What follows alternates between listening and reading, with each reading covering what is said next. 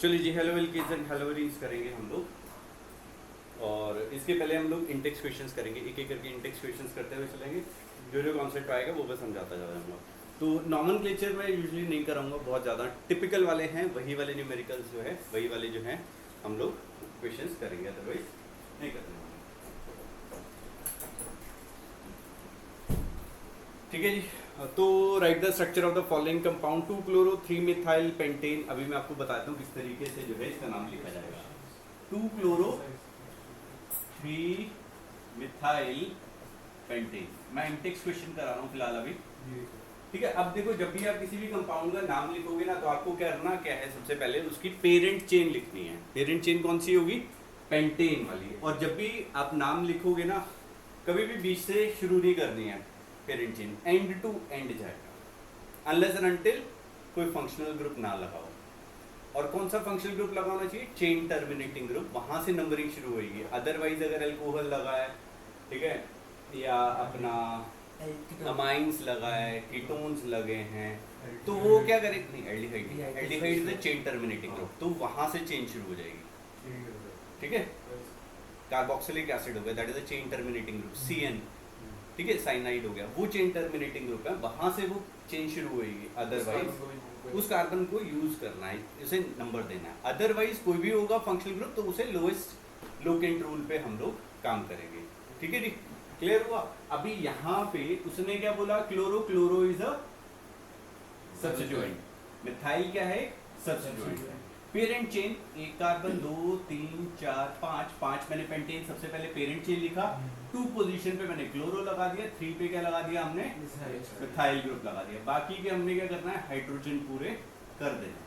तो ये हो गया, इस तरीके से नाम लिखना है। जब भी आप नाम लिखोगे किसी भी कंपाउंड का, तो आपको करना क्या है? पहले पेरेंट चेन लिखनी है, पहले पेरेंट चेन बनानी है, उसके बाद जो भी सब्स्टिट्यूएंट्स लगे हुए हैं वो लिखते हुए चले जाएंगे।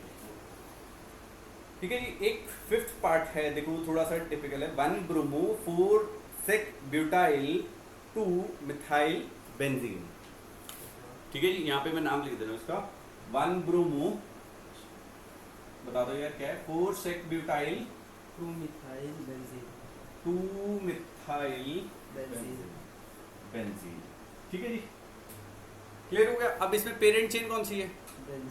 Benzene ring. तो यहाँ पे मैंने क्या किया? एक बेंजीन रिंग सबसे पहले बेंजीन बना दिया। 1 पोजीशन पे क्या लगा? ब्रोमो लगा है। 4 पे क्या लगा? सेक-ब्यूटाइल लगा है। 2 पे क्या लगा? मिथाइल लगा है। अब ये सेकेंडरी ब्यूटाइल का मतलब क्या होता है भाई? मेरा सेकेंडरी कार्बन, बिल्कुल। होता क्या है, कैसे दिखता है ये? What is sec butyl? देखो आपने पढ़ा होगा, आइसो पढ़ा था, सेकेंडरी पढ़ा था, टर्शरी पढ़ा था और नियो पढ़ा था। क्लियर है वो चीज क्या होती है? कब सेक कब लगेगा, कब आइसो लगेगा, कब नियो लगेगा, कब टर्शरी लगेगा, वो चीजें क्लियर है सभी को? वो छोटा सा एक बता दूंगा अभी सेक-ब्यूटाइल में देखो क्या होएगा। अभी हमने यहाँ पे लेट सपोज यहाँ पे 3 कार्बन लिए हमने, ठीक है। अब इसके अंदर ये वाला 1 डिग्री कार्बन है, ये 2 डिग्री है और ये 1 डिग्री है। मैं यहाँ पे क्या करता हूँ? एक 1 डिग्री कार्बन से हाइड्रोजन हटा के और एक X लगा देता हूँ। हेलोइल की इसकी बात करें, X लगा देते हैं। तो यहाँ पे क्या होगा? CH3 CH2 CH2, लेट से X की जगह मैंने Br लगा दिया। अब ये क्या हो गया? Long parent chain, common name की बात कर रहा हूँ। अब ये वाले में क्या होएगा? ये N क्या हो जाएगा? ये पाइल ब्रोमाइड, कॉमन नेम है। एल्काइल हैलाइड लिखते हैं, हेलोइल के इसकी जगह हम एल्काइल हैलाइड लिखते हैं। अब ये N क्यों लगा? क्योंकि ये सीधी चेन थी और टर्मिनल पे जाके हमारा ग्रुप लग गया, तो इसलिए हमने N ले लिया। अब 2 डिग्री कार्बन था, 2 डिग्री कार्बन से हमने हाइड्रोजन हटाया और ब्रोमीन ऐड कर दिया। क्लियर है? अभी इस केस में क्या होगा? अब भाई ने जैसे बोला था विनीत ने, यहाँ पे हमने क्या किया? सेकेंडरी कार्बन पे क्या लगा दिया भाइयों? ब्रोमीन। क्या ये सेक-ब्यूटाइल हुआ? नहीं। ये क्या हुआ? अब देखो दोनों तरफ क्या है? दोनों तरफ क्या है? मिथाइल ग्रुप है। जब मिथाइल होता है तो हम क्या लगाते हैं? Iso propyl bromide. समझ आया? क्लियर है? कोई कंफ्यूजन है जी इसमें? हाँ, तब तो आइसो बना। देखो अगर दोनों तरफ मिथाइल ग्रुप है तो आइसो लगेगा। अभी एक और इसका भाई ले लेते हैं, CH3 CH2 CH2 CH3। ये 1 डिग्री, ये 2 डिग्री, ये 2 डिग्री, ये 1 डिग्री। 1 डिग्री 2 डिग्री सभी को क्लियर होंगे ऑफली। 1 डिग्री मतलब एक कार्बन से जुड़ा है, ये 2 कार्बन से जुड़ा है, ये 2 से जुड़ा है, ये 1 से जुड़ा है, इसलिए 1 2। ठीक है, अब इसके अंदर भी हमने क्या किया, इसके अंदर भी 2 टाइप के कार्बन है। एक 1 डिग्री कार्बन हटा के वहां से हाइड्रोजन और क्लोरीन लगा दिया लेट से, तो क्या लगेगा CH3 CH2 CH2 CH2 Cl। अब ये क्या हो गया, नॉर्मल वाला N वाला, N ब्यूटाइल क्लोराइड। भाई ये Cl यहाँ पे भी लगा सकते थे, एक ही बात आएगी। अब यहाँ पे 2 डिग्री कार्बन से हमने हाइड्रोजन हटा दिया और X ऐड कर दिया, क्लोरीन ऐड कर दिया, तो it will be CH3 CH Cl CH2 CH3। Clear हुआ? अभी हमारे क्वेश्चन में क्या था, 4 ब्यूटाइल। भाई ने बोला था सेकेंडरी के बारे में, तो ये सेकेंडरी हो गया। और टोटल कार्बन कितने हैं यहाँ पे, 4। तो क्या होएगा, ये नहीं 2 पोजीशन लिखने की जरूरत है, कॉमन नेम में पोजीशन नहीं आएगा। ये क्या हो गया, सेक ब्यूटाइल क्लोराइड। भाई ध्यान दो, कॉमन नेम, ये तो हेलो एल्केन, इसका क्या है IUPAC नेम, और एल्काइल हैलाइड जो है वो इसका क्या हो गया, common name. Halide, chloride, bromide, iodide, fluoride. ठीक है जी, तो ये हो गया 4 सेक ब्यूटाइल। क्लियर है, समझ आ गई जी? किसी को कोई कंफ्यूजन है? 4 सेक ब्यूटाइल। तो मेरे को यहाँ पे ये सेक ब्यूटाइल लगाना था, तो मैं यहाँ पे CH लगा देता हूँ, यहाँ पे CH2, यहाँ पे CH3, और यहाँ पे आ गया CH3। समझ आ गया? तो ये हो गया 4 सेक ब्यूटाइल 2 मिथाइल बेंजीन। ठीक है, अब इसके अंदर टर्शरी भी बना देते हैं। अब सपोज कर लो भैया यहाँ पे CH3 CH CH3 CH3 हो गया, ऐसा भी हो सकता था। ये 1 डिग्री, ये 1 डिग्री, ये 1 डिग्री, ये 3 डिग्री। अब इसमें भी 2 टाइप के कार्बन है। 1 डिग्री कार्बन से हाइड्रोजन हटा दिया और ब्रोमीन लगा दिया, क्या बन जाएगा, N हैं? प्राइमरी पे क्या, हाँ नाम बताओ ना इसका। तो it will be like CH3 CH CH3 CH2 Br। यहाँ पे 3 डिग्री कार्बन से हमने हाइड्रोजन हटा के प्लस Br कर दिया, तो ये बन जाएगा CH3 C CH3 CH3 Br। अब इसका नाम क्या हुआ, N इसका नाम होएगा आइसो। कितने कार्बन है, 1 2 3 4। अब देखो जब कॉमन नेम करेंगे तो उसमें हमें पेरेंट चेन में कितने हैं नहीं भैया, सारे के सारे कार्बन गिनने हैं। टोटल कार्बन कितने हैं यहाँ पे 4, तो आइसो टोटल कार्बन 4 ब्यूटाइल, और ये कितने हो गए, ब्रोमाइड। आइसो ब्यूटाइल ब्रोमाइड हो गया। अब आइसो 2 जगह पे आया। आइसो कब कब आया, जब इधर और इधर क्या थे, मिथाइल ग्रुप थे। दूसरा आइसो मैंने लगाया, दूसरा आइसो कब लगा, लेट्स सपोज आपकी क्वेश्चन का एक और है मेरे पास, CH3 CH CH3 CH2 CH2 CH3, ये भी आइसो है।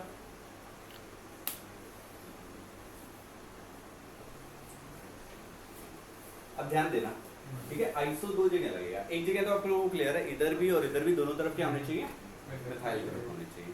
एक आइसो कब लगेगा, जब हमारा लॉन्ग चेन के सेकंड लास्ट कार्बन पे मिथाइल ग्रुप लगा। पेरेंट चेन है, सेकंड लास्ट कार्बन पे मिथाइल ग्रुप लगा है, लिख लीजिए, काम आ जाएगा। ठीक है, अब ये वाला आइसो हो गया, क्योंकि देखो ये पेरेंट चेन थी, इसलिए सेकंड लास्ट कार्बन पे क्या लग गया भैया, हमारा मिथाइल ग्रुप लग गया। तो this is isobutyl bromide. Clear हो गया? अब तीसरा है, ये 3 डिग्री पे, अब ये तो 3 डिग्री पे लगा, तो ये क्या हो जाएगा, tert butyl, tertiary butyl, tert butyl bromide. ठीक है भाई बहनों, किसी को कोई कंफ्यूजन है इसमें? पेरेंट चेन की सेकंड लास्ट कार्बन पे एक साइड मिथाइल लगाओ। यस,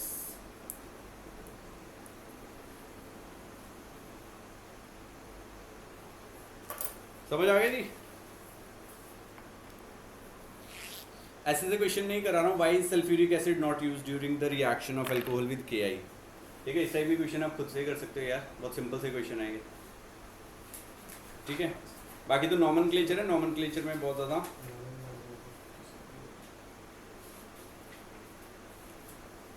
ठीक है। किसी को फिर भी डाउट रहेगा तो आप भाई पूछ सकते हो।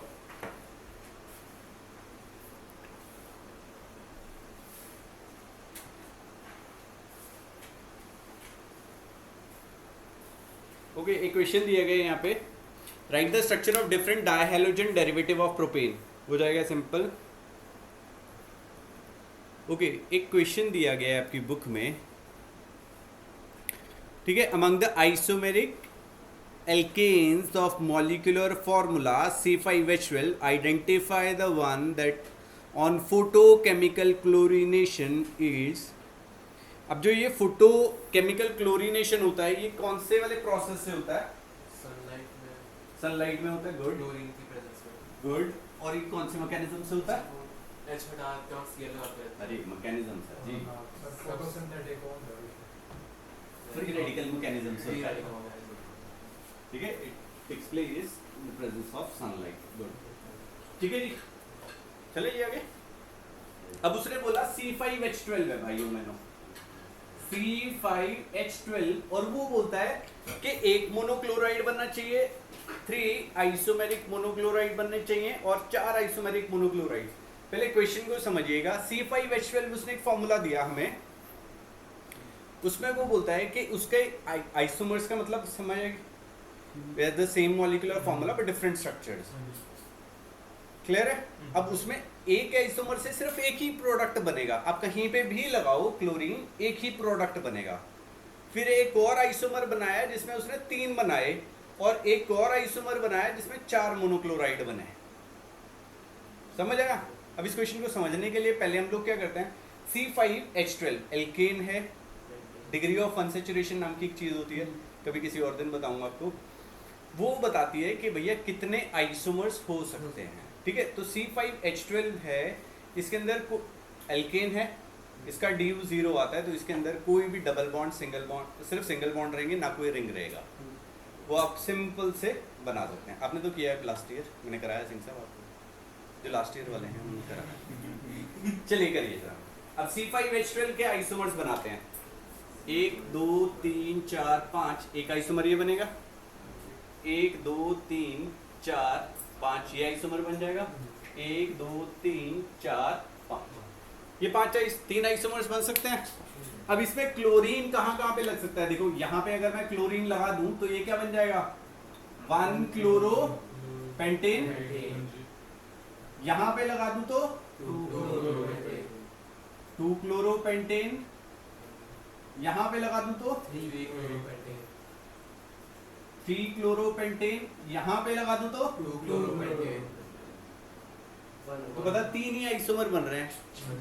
अब 3 आइसोमेरिक मोनोक्लोराइड प्रोडक्ट, तो इसमें हमारा कौन से वाला सेकंड पार्ट हो गया, समझ आ गया?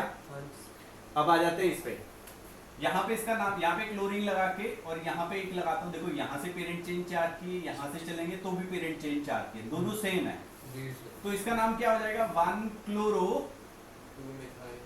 2 मिथाइल ब्यूटेन। गुड, समझ आ गया? अगर मैंने यहाँ पे लगा दिया तो इसका नाम क्या हो जाएगा, 2 क्लोरो 2 मिथाइल ब्यूटेन। क्लियर है जी? अगर मैं यहाँ पे लगा देता हूँ तो यहाँ पे क्या नाम आएगा उसका, 2 क्लोरो 3 मिथाइल ब्यूटेन। यहाँ पे लगा दूं अगर तो 1 क्लोरो 3 हो गया जी क्वेश्चन? हाँ जी सर।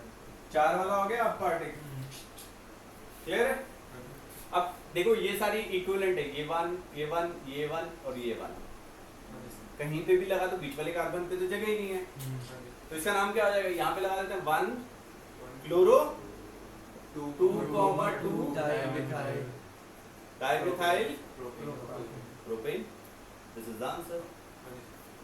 क्लियर हो गया? भाई कंफ्यूज नहीं होना है, जहाँ पे जब तक आप एफर्ट नहीं लगाओगे ना क्वेश्चन निकलेगा ही नहीं। Organic need only and only practice, ठीक है। जितनी ज़्यादा करोगे उतनी ज़्यादा। आप लोगों ने कभी रोटी बनाई है, चपाती ट्राई किया है, गोल बनी थी? पहली बार में दी और मम्मी जब रोज बनाती है तो वो गोल नहीं बन रही है ना। कभी सिस्टर बनाए तो शायद उतनी बेटर नहीं होती, बट आप लोगों से बेटर होती है ना। बड़ी सिस्टर छोटी नहीं है ना, क्यों? क्योंकि उसकी प्रैक्टिस आप लोगों से ज़्यादा, जितनी ज़्यादा आप प्रैक्टिस करते जाओगे उतनी ज़्यादा स्मूथ होती चली जाएगी। क्लियर है? सर लास्ट वाले का नाम नियो पेंटेन होएगा, हो सकता है? बिल्कुल हो सकता है, कॉमन नेम। फिर क्लोरीनेशन नियो के पहले लगेगा या बाद में लगेगा, मतलब क्लोराइड? क्लोराइड बाद में लगेगा ना। मैंने क्या लिखा बेटा यहाँ पे? Alkyl halide. हेलाइड हमेशा बाद में चला जाएगा, तो ये क्या हो जाएगा? Neo pentyl chloride, bromide, iodide. समझे? कॉमन नेम में हमेशा एल्काइल हेलाइड का आपको ध्यान रखना है। चलो next we have draw the structure of major monochloro products in each of the following reactions. Mono का मतलब है हाँ। मोनो मींस वन, एक हैलाइड। एक हेलोजन लगाना। Yes, monochloro, mono means one, chloro एक ही क्लोरीन सब्स्टिट्यूट करना। ठीक है जी, ओके। अब क्वेश्चन नंबर यहाँ पे दिया गया है जिसके अंदर हमने कुछ रिएक्शंस करनी है। Draw the structure of the major mono product, mono halo product. Mono halo means एक ही हेलोजन लगने वाला है in each of the following reactions. ठीक है जी, ध्यान दीजिएगा। यहाँ पे मैं कुछ पुरानी जो प्रिपरेशंस हैं वो भी कोशिश करूंगा कि कवर अप कर दूं। तो कौन कौन सी जो प्रिपरेशंस हैं हमारी यहाँ पे, अभी इस टॉपिक से पहले आपने सिर्फ वो किया था, how to prepare you know alkyl halide from alcohols. अभी सबसे पहले है ROH। इसका अगर मैं किस किस के साथ रिएक्शन करता हूँ, यहाँ पे लिख देता हूँ ZnCl2 प्लस HCl। क्या बोलते हैं इसे? कौन सा रिएजेंट होता है भाइयों?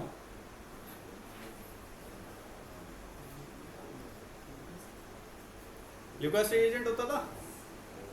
तो क्या काम करता था ये? RCl बन जाएगा। और ये ल्यूकास रिएजेंट करता क्या था?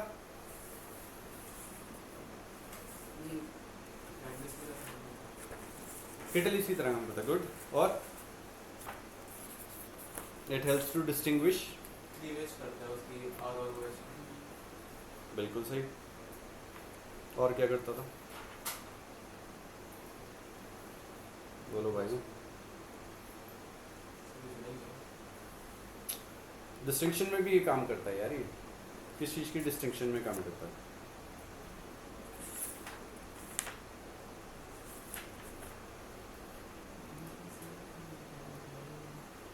Distinction between primary, secondary and tertiary alkyl halides। ऐसा कुछ किया था हमने? It helps to distinguish between primary, secondary and tertiary, जिसमें वो turbidity देता था। ओके तो ये ZnCl2 देखो भाई ध्यान दीजिएगा, एनहाइड्रस ZnCl2 था और HCl गैस यहाँ पे यूज करते हैं और वो हमें रिएक्शन में हेल्प करता है। अब ध्यान दीजिएगा ये हमें हेल्प कर देगा primary, secondary and tertiary alcohol को डिस्टिंक्शन करने के लिए। अब कैसे डिस्टिंक्शन होएगा? प्राइमरी जो है, प्राइमरी एल्कोहल, इसमें रिएक्टिविटी अगर आप देखोगे तो इनकी रिएक्टिविटी में क्या लिखा था? 3 डिग्री सबसे पहले रिएक्ट करती है, फिर 2 डिग्री करती है, फिर 1 डिग्री करती है। क्लियर हुआ? सब्स्टिट्यूशन में अभी यहाँ पे क्या हुआ? 1 डिग्री को हमें अगर कन्वर्ट करना है एल्काइल हैलाइड में, ध्यान दीजिएगा डिस्टिंक्शन पे क्वेश्चन आते हैं, किस तरीके से आप डिस्टिंक्शन कर सकते हो प्राइमरी, सेकेंडरी एंड टर्शियरी को। ल्यूकास रिएजेंट है हमारा और ये क्या करता है? टर्बिडिटी देता है। टर्बिडिटी क्या होती है? व्हाइट कलर का क्लाउडीनेस होता है। कभी आपने पानी के अंदर मिस्ट टाइप कह सकते हो। सिंपल से एग्जांपल देता हूँ, पानी के अंदर आपने कभी डिटोल डाला, वो एकदम से क्लाउडी हो जाता है, एक बारी पूरा व्हाइट हो जाएगा, थोड़ी देर बाद फिर से क्या हो जाएगा? वैसे ही हो जाएगा, नॉर्मल हो जाएगा। तो वैसा ही यहाँ पे होएगा, क्लाउडीनेस आएगी। अब 3 डिग्री जो है जैसे ही आपने मिक्स किया, क्लाउडीनेस साथ के साथ आएगी, क्योंकि आपने ऑर्डर ऑफ रिएक्टिविटी पढ़ा, 3 डिग्री, 2 डिग्री, 1 डिग्री। और यहाँ पे क्या हुआ, सबसे पहले रिएक्टिव कौन था, 3 डिग्री, और वहां पे जैसे ही आपने किया ऑन मिक्सिंग उसने क्या किया, टर्बिडिटी प्रोड्यूस कर दी। सेकेंडरी में क्या होएगा, after some time 5 to 10 minutes वो टर्बिडिटी दे देगा। 1 डिग्री में क्या होगा, ऑन हीटिंग, जब आप हीट करोगे तब वो टर्बिडिटी देगा, टर्बिडिटी, वाइट क्लाउडीनेस। ठीक है, ये टेस्ट हो गया, help to distinguish between primary, secondary and tertiary. Clear हो गया। एक और आपने किया था, ROH हमने यहाँ पे लिख दिया, यहाँ पे आपने PCl3 के साथ रिएक्शन किया था, तो क्या प्रोडक्ट बना, RCl बना था, और क्या बना था यहाँ पे, PCl 2 रहेंगे ना, हाँ PCl2OH,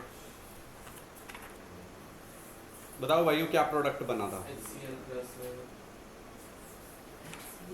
POCl हम्म, POCl2 plus HCl। वो PCl5 के साथ बनता है, POCl2 नहीं बनेगा, POCl3 बनता है। जल्दी जल्दी देखो भाइयों, उतना स्लो काम मत करो। जब आपने PCl3 के साथ या PB3 के साथ काम किया या PI3 के साथ काम किया तो क्या प्रोडक्ट बना भाइयों। 3 ओके, एक चीज समझिएगा, देखो आपको सिंपल सी तरीका बता रहा हूँ कैसे ये आएगा, अपनी इनऑर्गेनिक मैकेनिज्म पे चीजें आती हैं।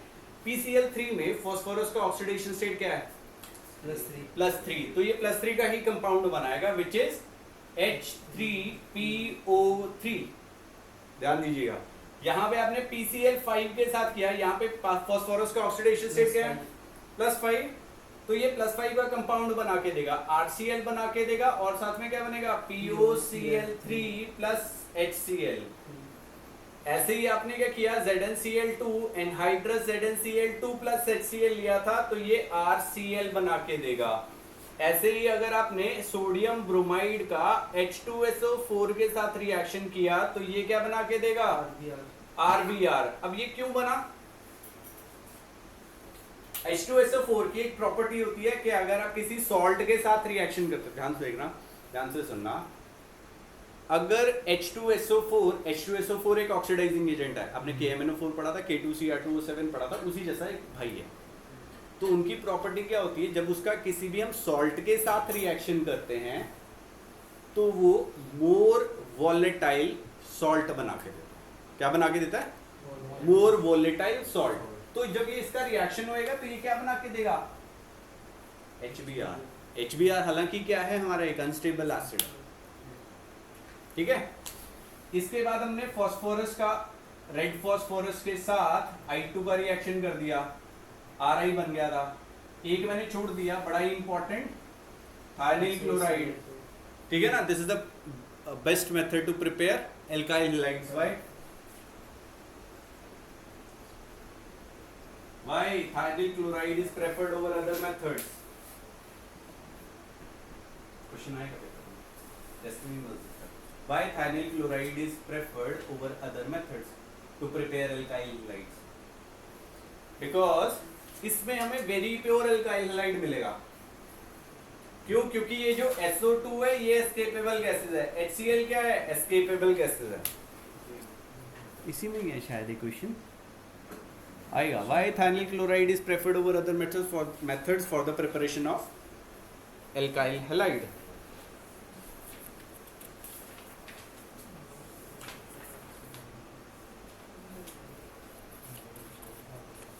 भाई ये लिख लीजिए, शायद कहाँ आ जाए।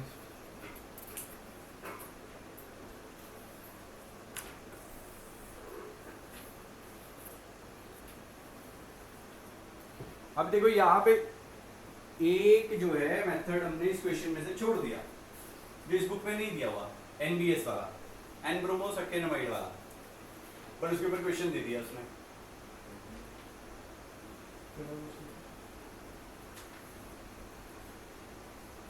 Second part, 6th part,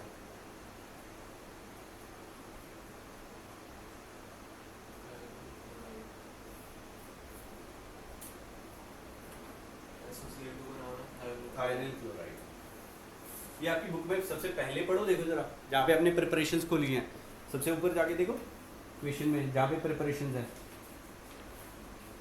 the hydrogen group of the is replaced by bla bla bla, third line में दिया है thionyl chloride is preferred because in this reaction alkyl halide is formed along with gaseous SO2 and HCl। भैया ये method देखो, एक एक line clear होनी चाहिए। NCERT आपने बोला ना, NCERT पेपर इसी से आएगा। तो आपको एक वर्ड का, एक एक लाइन का वर्ड तो बताओ, क्या बोलना क्या चाह रहा है वो, वही नहीं पता तो क्या होगा।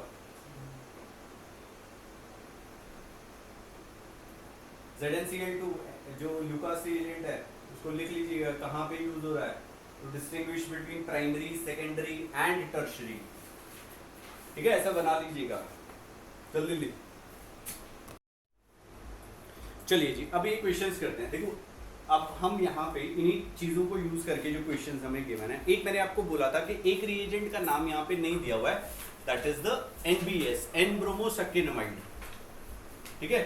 और वो क्या करता है हमारा एलाइलिक, लिख लीजिए NBS, एन ब्रोमोसक्किनामाइड, या तो वो डायरेक्टली NBS लिखा होगा या यहाँ पे जो क्वेश्चन आएगा उसमें भी मैं आपको क्लियर कर दूंगा, ठीक है। वो NCERT बुक में नहीं दिया हुआ बट क्वेश्चन दे दिया उसका। फर्स्ट पार्ट क्लियर है, अभी हो जाएगा। फर्स्ट पार्ट यहाँ पे हमने ये लिया, ठीक है, साइक्लोहेक्सेनोल था, इसका हमने SOCl2 के साथ किया, थायोनिल क्लोराइड के साथ झट से रिएक्शन हो जाएगा। क्या हो जाएगा ये साइक्लो, यहाँ पे Cl लग गया, पहला वाला क्लियर है। अब सेकंड पे आते हैं, यहाँ पे ट्विस्ट आएगा। यहाँ पे उसने क्या बनाया भैया, यहाँ पे ये बेंजीन रिंग बना दिया, यहाँ पे CH2 CH3 और ये NO2 हो गया, क्लियर है। अब यहाँ पे क्या होगा, एलाइलिक, लिख लीजिए एलाइलिक, ये लिख के नीचे लिख लीजिए एलाइलिक हेलोजिनेशन।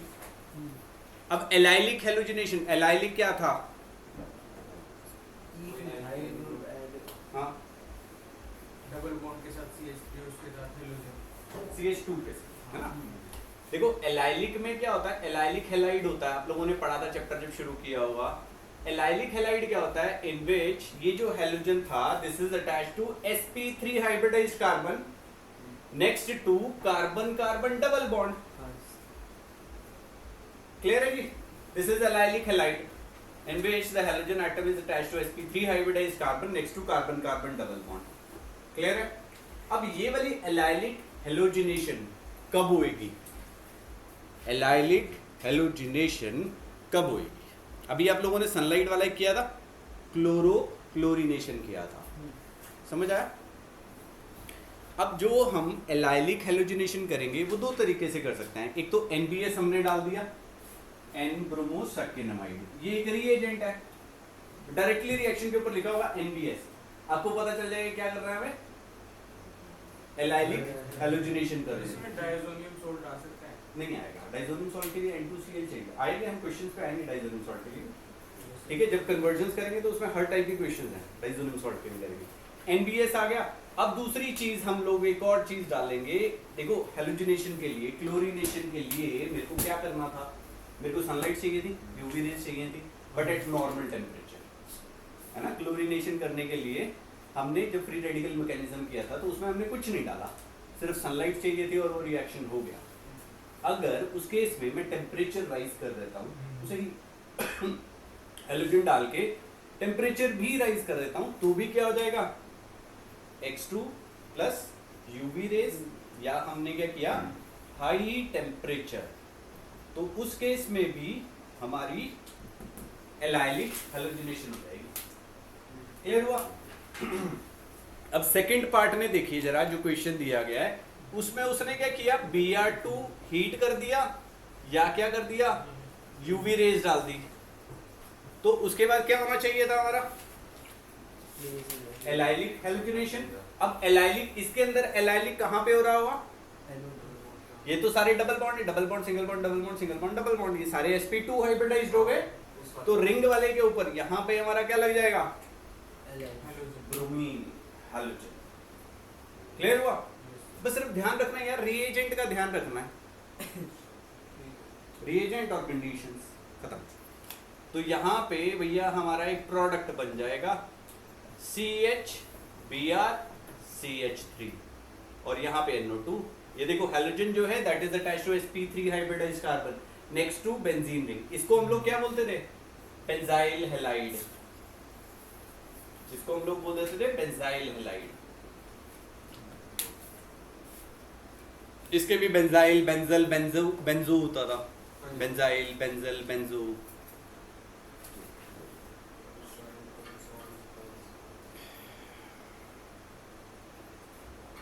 तो इसका IUPAC नेम क्या होगा?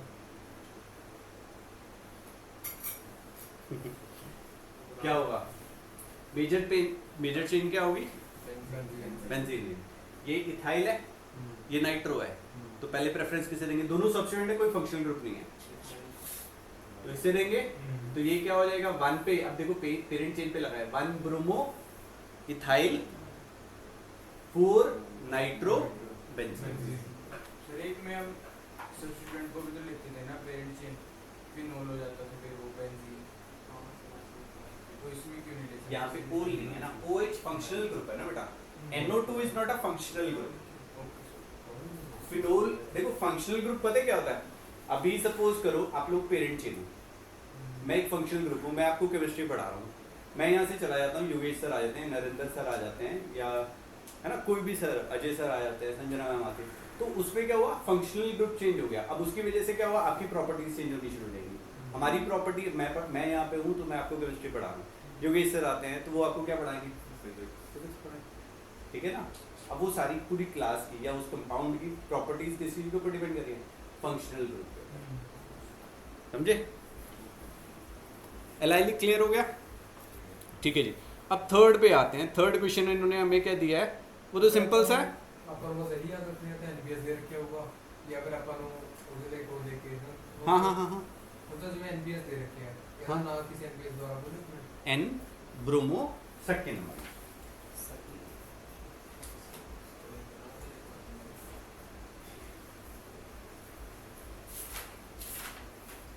मतलब सर इरेज लाइज है ना ब्रोमीन और फिर बात इसका स्ट्रक्चर भी आई गेस ऐसा होता है CH2 CH2 NH NH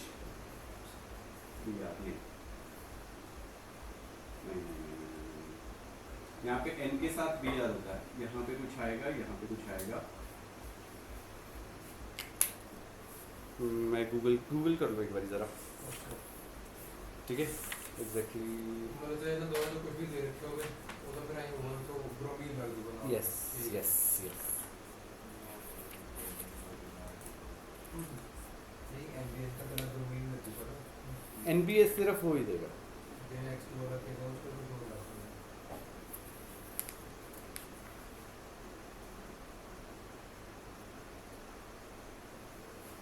N के साथ भी है।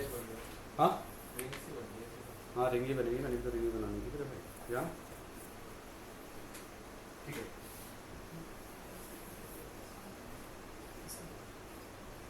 This is the structure of NBS, ठीक है ठीक है जी। सर ये अपने जो सेकंड नंबर की रिएक्शन था इसका नाम था एलाइनिक हैलोजिनेशन।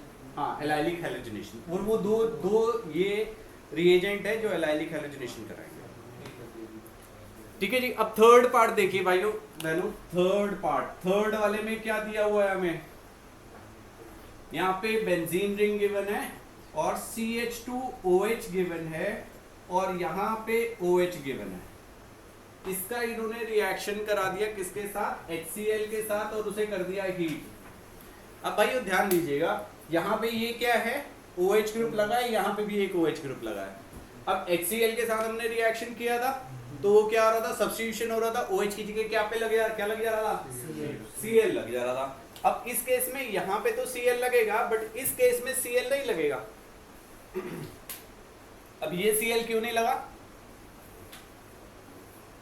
जोर से। Due to the presence of partial double bond character, sp2 hybridized. हमने पढ़ा था, इस पूरी जब थ्योरी पढ़ी थी तो वहां पे लिखा गया था कि phenols do not undergo substitution reactions. उसके 4 रीजंस आपने पढ़े थे। Due to the presence of partial double bond character, जिसे हमने रेजोनेंस बोला था, ठीक है। दूसरा इन्होंने भाई साहब ने बोला कि due to the presence of sp2 hybridized carbon. तीसरा क्या था? प्रोबेबल रिपल्शंस थी। एक और इसमें चीज़ डाल सकते हैं सर, क्या वो पी और वाई का जाते हुए क्या हो जाते हैं? पी और वाई का सर ये की रीजन है मेरा अपना पार्शियल आ रही है। हाँ, due to the presence of partial double bond character.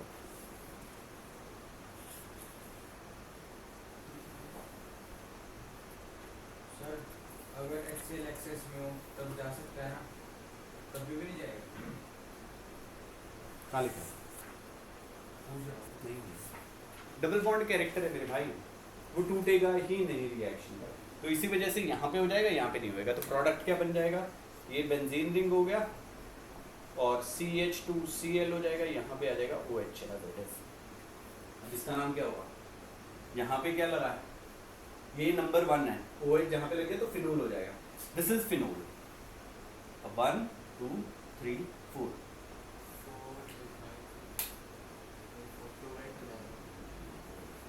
4 पे क्या लगा है? Ethyl chloride. क्लोराइड नहीं आएगा पहले। या जैसे मर्जी बना दो, 1 क्लोरो इथाइल देन फिनोल। समझ आ गई जी? इसमें फिर अभी- सर अगर 1 मिथाइल क्लोरो 1 पे ही लगाना मेरे भाई। अगर फिनोल करते हैं फिर बाद में, हाँ, तो पेरेंट चेन वो होगी ना CH2Cl। नहीं बड़े भाई, ये पेरेंट चेन है, ये एज ए सब्स्टिट्यूएंट है। ये पेरेंट चेन है, ये फंक्शनल ग्रुप है। तो सर जोन सा सब्स्टिट्यूएंट है उसको हम पेरेंट चेन कब मानते हैं? हम कभी और डिस्कस करेंगे, ये लंबा कंसेप्ट है, नॉमेनक्लेचर में फंसा है अभी। क्लास के बाद मैं आपको क्लियर कर दूंगा, ठीक है? अभी हम इस पे आते हैं। अब 4th पार्ट में हमने यहाँ पे क्या ले लिया? CH3। अब इसका हमने HI के साथ रिएक्शन कर दिया। अब देखो यहाँ पे डबल बॉन्ड है। जब भी एडिशन रिएक्शंस होती थी तो एडिशन कहाँ पे होती थी? किस तरीके से होती थी एडिशन रिएक्शंस? मार्कोनिकोव रूल के अकॉर्डिंग। HBr HI ऐड किया था, rich get richer, poor gets poorer, है ना? जहाँ पे ज्यादा हाइड्रोजन है वहाँ पे हाइड्रोजन जाएगा, जहाँ पे कम है वहाँ पे हाइड्रोजन चला जाएगा।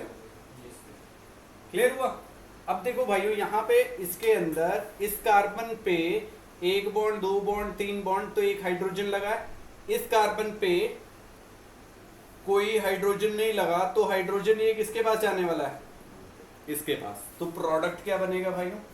डबल बॉन्ड तो खत्म होएगा, एडिशन रिएक्शन, और यहाँ पे एक तरफ CH3 आ जाएगा और एक तरफ I आ जाएगा। ठीक है जी? मार्कोनिकोव रूल के अकॉर्डिंग जो है हमारी एडिशन हो गया। Rich get richer, poor gets poorer.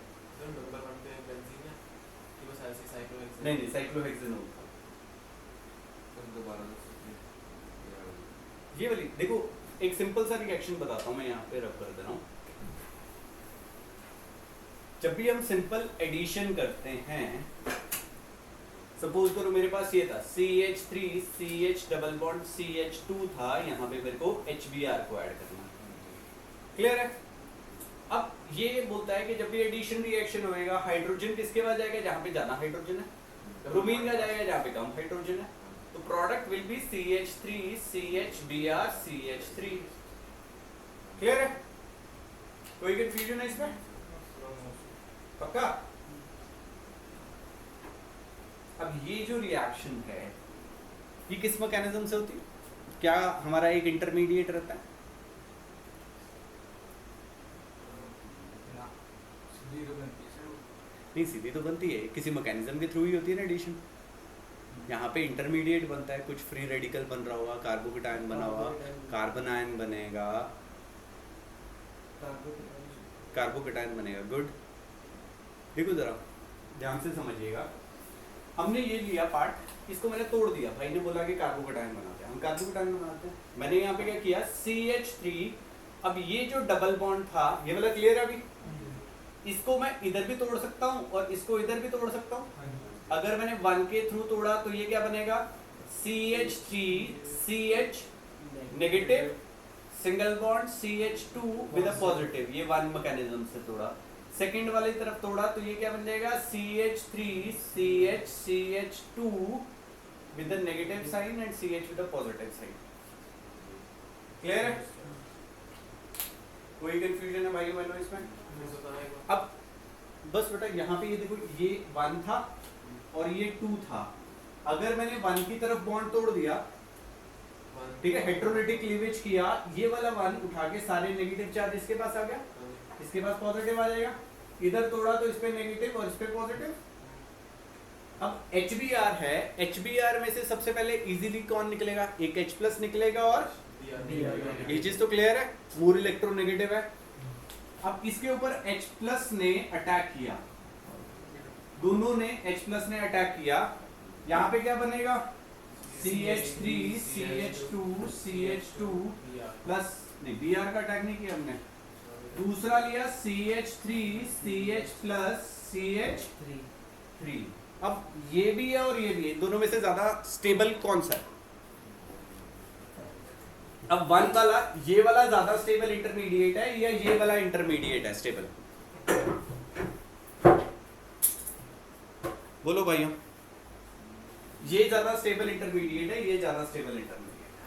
वो वाला, पहले वाला, दूसरे वाला। ये वाला, पहले वाला।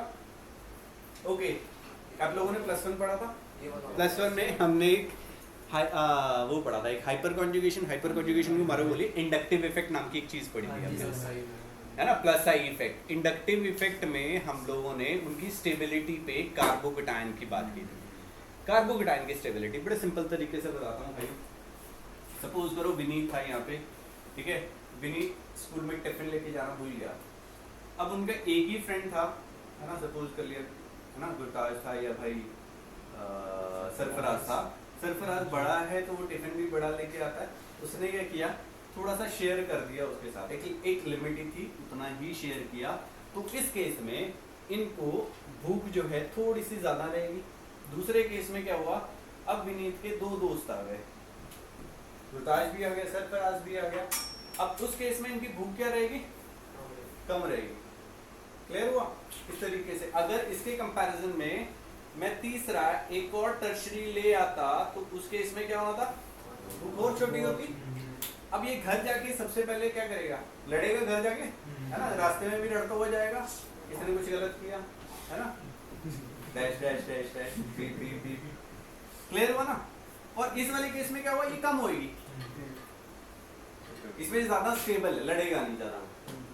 तो अभी हमने देखो, जब भी कार्बोकेटायन की कहानी आएगी ना, तो हमें पॉजिटिव चार्ज को छोटा रखना है। अब इसमें बड़ा है, इसमें क्या है, छोटा है, इसमें सबसे छोटा है। तो सबसे ज्यादा स्टेबल कौन सा हुआ? टर्शियरी। और यही रीजन है SN1 रिएक्शन में हमारा जो रिएक्टिविटी ऑर्डर था वो 1 डिग्री 3 डिग्री 2 डिग्री और 1 डिग्री था। अभी पॉजिटिव साइन, यहाँ पे ये वाला ज्यादा स्टेबल है।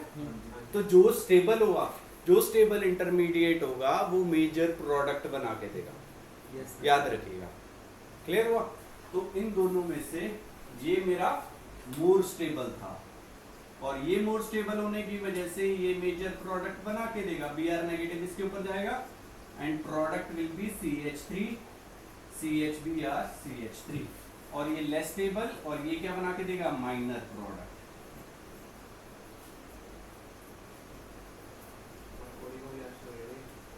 हाँ हाँ, मार्कोनिकोव रूल, मार्कोनिकोव रिएक्शन नहीं है, मार्कोनिकोव रूल है, उसके अकॉर्डिंग जो है एडिशन होगा। उसे याद रखने का सिंपल सा तरीका है, रिच गेट रिचर, जहाँ पे ज़्यादा वहाँ पे ज़्यादा हो रहे हैं। और एक एंटी मार्कोनिकोव रूल था, खराश इफेक्ट था, पेरोक्साइड इफेक्ट था, वो भी कुछ था, बिल्कुल। वो सिर्फ और सिर्फ HBr के साथ होगा। एंटी मार्कोनिकोव रूल सिर्फ और सिर्फ HBr के साथ होगा और कभी भी नहीं होगा।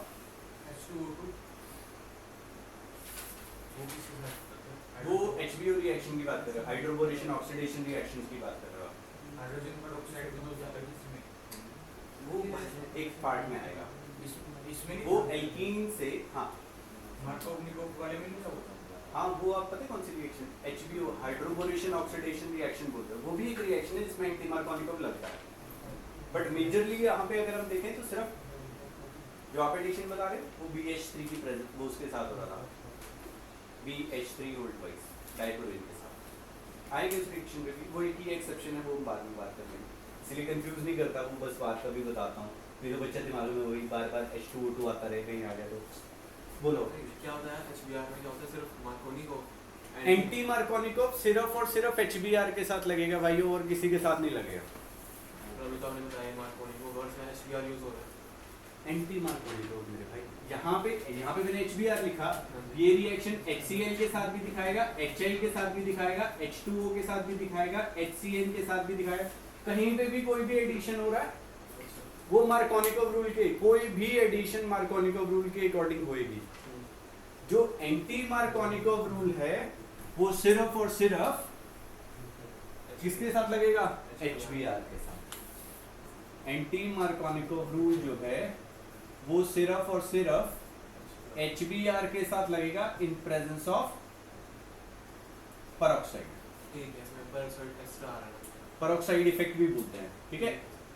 इसे हम anti Markovnikov rule, peroxide effect, खराश इफेक्ट, और इसका जो मैकेनिज्म है वो फ्री रेडिकल के थ्रू होता है, वो फ्री रेडिकल के थ्रू होता है। यहाँ पे मार्कोनिकोव रूल कैसे हो रहा था? कार्बोकेटाइन, फॉर्मेशन ऑफ कार्बोकेटाइन, यहाँ पे होएगा फ्री रेडिकल फॉर्मेशन। ठीक है जी, हाँ। और सिर्फ HBr के साथ। अगर आपने यहाँ पे HCl पेरोक्साइड डाल दिया तो नहीं होएगा, वाटर के साथ पेरोक्साइड डाल दिया नहीं होएगा, वहां पे कोई भी एडिशन हो रहा हो वो उसी के साथ ही होगा। मतलब यहाँ पे कोई लिमिट नहीं, जितनी भी एडिशन करनी है इसके थ्रू करनी है। सिर्फ ये स्पेशल केस आ गया एंटी मार्कोनिकोव में, HBr के साथ पेरोक्साइड है।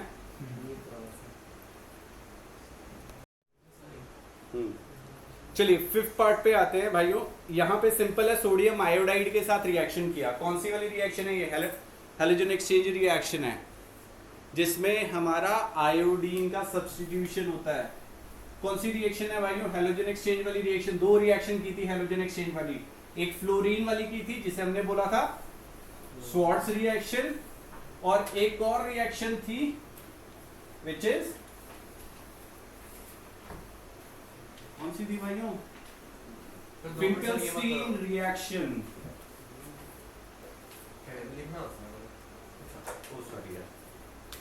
एक और है भैया फिंकलस्टीन रिएक्शन, वही सिंपली दिया हुआ है CH3CH2, क्या दिया हुआ है? Cl Br। और उसका उसने क्या किया? सोडियम आयोडाइड के साथ रिएक्शन किया इन द प्रेजेंस ऑफ एसीटोन। अब बाय एसीटोन, एसीटोन क्यों डाला उसने?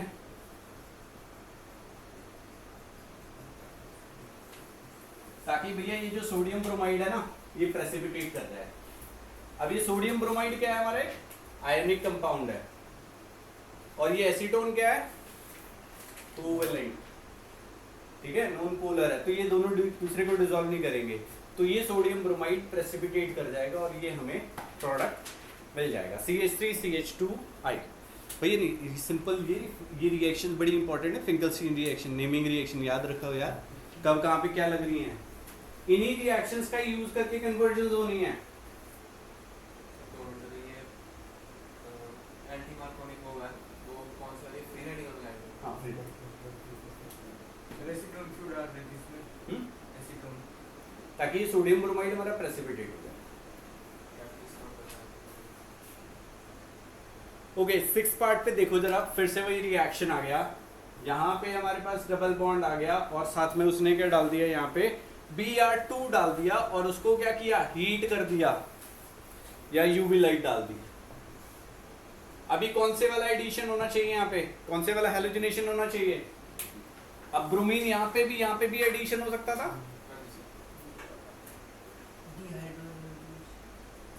डिहाइड्रो हेलोजिनेशन का मतलब क्या हुआ? हाइड्रोजन सर एल्काइल चाहिए। Alkyl halogenation, allylic.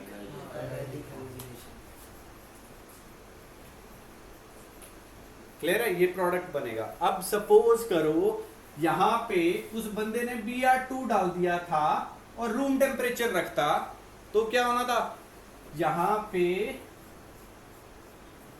पे ब्रोमीन एडिशन हो जाना था, यहाँ पे भी ब्रोमीन का एडिशन हो जाना था। भाइयों बहनों ध्यान दीजिएगा, अगर वो Br2 यहाँ पे हीट यूवी लाइट डाल दिया, यहाँ पे अगर सिर्फ Br2 डालता और यहाँ पे क्या हो जाना था, एडिशन हो जाना था ब्रोमीन का। और ये एक टेस्ट है टू चेक अनसैचुरेशन, लिख लीजिए, this is a test to check unsaturation to presence of, क्यों हुआ, क्योंकि यहाँ पे क्या होएगा, डिस्चार्ज ऑफ ब्राउन कलर का डिस्चार्ज हो जाएगा भैया, गायब हो जाएगा। अगर जहां पे हमने ब्रोमीन डाला था वहां पे डबल बॉन्ड होने की वजह से एडिशन रिएक्शन हो गया और वो ब्राउन कलर खत्म हो गया। दैट मींस कि वहां पे there is presence of unsaturation, double bond या ट्रिपल बॉन्ड प्रेजेंट।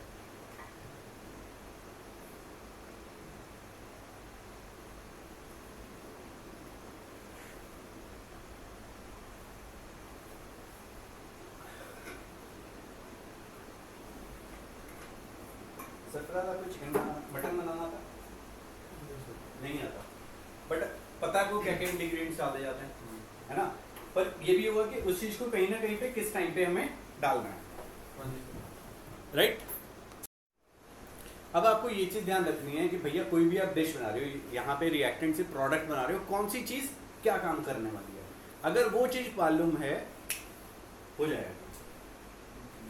क्लियर है ना। आप गेम खेलते हो, जब पुलिस वाले आ गए तो क्या करना, भागना है या कहीं छुप जाना है, कुछ ना कुछ तो करना है ना, राइट। तो मैं खेलता नहीं वैसे ही जैसे हैं। ओके चलिए नेक्स्ट क्वेश्चन देखते हैं। यहाँ पे अरेंज फाइन। अब इंक्रीजिंग ऑर्डर फिजिकल प्रॉपर्टीज पे आते हैं हम। फिजिकल प्रॉपर्टीज में क्या क्या चीजें आएंगी, या तो उसके स्मेल के बारे में बात करेगा, या उसके मेल्टिंग पॉइंट बॉइलिंग पॉइंट के बारे में बात करेगा, या वो डेंसिटी के बारे में डिस्कशन करेगा। अब जो मेल्टिंग पॉइंट बॉइलिंग पॉइंट है वो किस चीज के ऊपर डिपेंड करता है, वो डिपेंड करता है ब्रांचिंग पे, हाँ पोजीशन पे हो गया, ठीक है पोजीशन हो गया, और स्टेबिलिटी इन द ऑर्डर, अगर आई ग्रुप है तो प्लस से फैक्टर ओके। और आप कुछ कह रहे थे, आई क्या, ओके अच्छा मतलब एफ ग्रुप है, सी एल है, बी आर है, साइज ऑफ द हैलोजन के ऊपर डिपेंड करेगा, गुड। और एटॉमिक मास पे, गुड। बट अगर हम एक ही वो ले रहे हैं, आइसोमेरिक ले रहे हैं, अमंग आइसोमेरिक हेलो एल्केन्स, तब क्या करेंगे हम, तो बोला भाई ने पोजीशन पे डिपेंड कर रहा है, स्ट्रक्चर पे डिपेंड कर रहा है, हैलोजन पे डिपेंड कर रहा है। स्टेबिलिटी आप किस तरीके से बताओगे, स्टेबिलिटी वो तो वहीं पे ही रहने वाली है ना, सेम ही रहेगी, क्योंकि वो तो पहले ही हमने तो सिर्फ एक कंपाउंड लिया और उसके ऊपर एक ही कंपाउंड लिया था ना, उसी के डिफरेंट स्ट्रक्चर्स बनाए, पोजीशंस पे डिपेंड आएगा खुद बेंजीन के। ध्यान दीजिएगा यहाँ पे बेंजीन की कहानी हम बाद में अभी लेंगे, अभी इस क्वेश्चन में उसने बेंजीन के बारे में नहीं पूछा। क्लियर हुआ। अब देखो भाई बॉइलिंग पॉइंट किस चीज के ऊपर डिपेंड कर रहा है, साइज ऑफ द हैलोजन के ऊपर, पहली चीज। दूसरी चीज किस चीज के ऊपर डिपेंड कर रही है, ब्रांचिंग के ऊपर, गुड वेरी गुड। ब्रांचिंग हो गया या स्ट्रक्चर हो गया, हम दोनों एक ही चीज ले लेते हैं, हैलाइट्स। अब एक चीज बताइए, हाँ वो साइज ऑफ द हैलोजन कर दिया मैंने हैलाइड्स पे। अब एक चीज सिंपल सी बताओ कि अगर मैं किसी भी कंपाउंड की ब्रांचिंग कर रहा हूं, एक मैंने सिंपल लिया, एक में ब्रांचिंग कर दी, तो किस में बॉइलिंग पॉइंट ज्यादा है, ब्रांचिंग में, राइट। ओके देखते हैं यहाँ पे मैंने क्या किया, C5H11Br ले लिया, एक कंपाउंड लिया, इसके मैं अलग अलग स्ट्रक्चर बना देता हूँ, 1 2 3 4 5, यहाँ पे Br आ गया, 1 1 2 3 4 Br आ गया,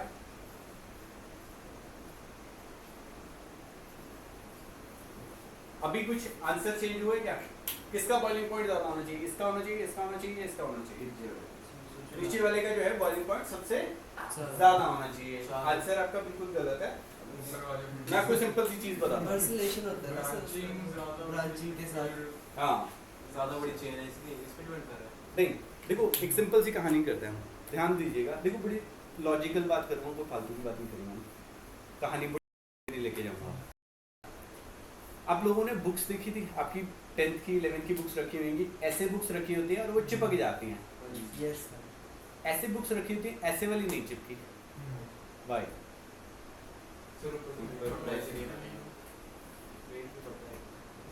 और वो सरफेस एरिया ज़्यादा हो। गुड। Surface area. जिस दिन फुल मून होता है उस दिन सी में टाइड्स आती हैं, हाई टाइड्स आती हैं। वाई? फोर्स ऑफ अट्रैक्शन की वजह से। ठीक है, अभी ये वाले कंपाउंड्स हमने पढ़े थे, इनके बॉइलिंग पॉइंट्स किस चीज़ के ऊपर डिपेंड करते हैं? Have the low boiling point. Why? Because they have van der Waals forces. यहाँ पे इनके बीच में वेंडरवेल फोर्सेस होते हैं, और वेंडरवेल फोर्सेस किस चीज़ के ऊपर डिपेंड करते हैं? हमारे साइज के ऊपर। कार्बन तो ये साइज के ऊपर डिपेंड करेगा।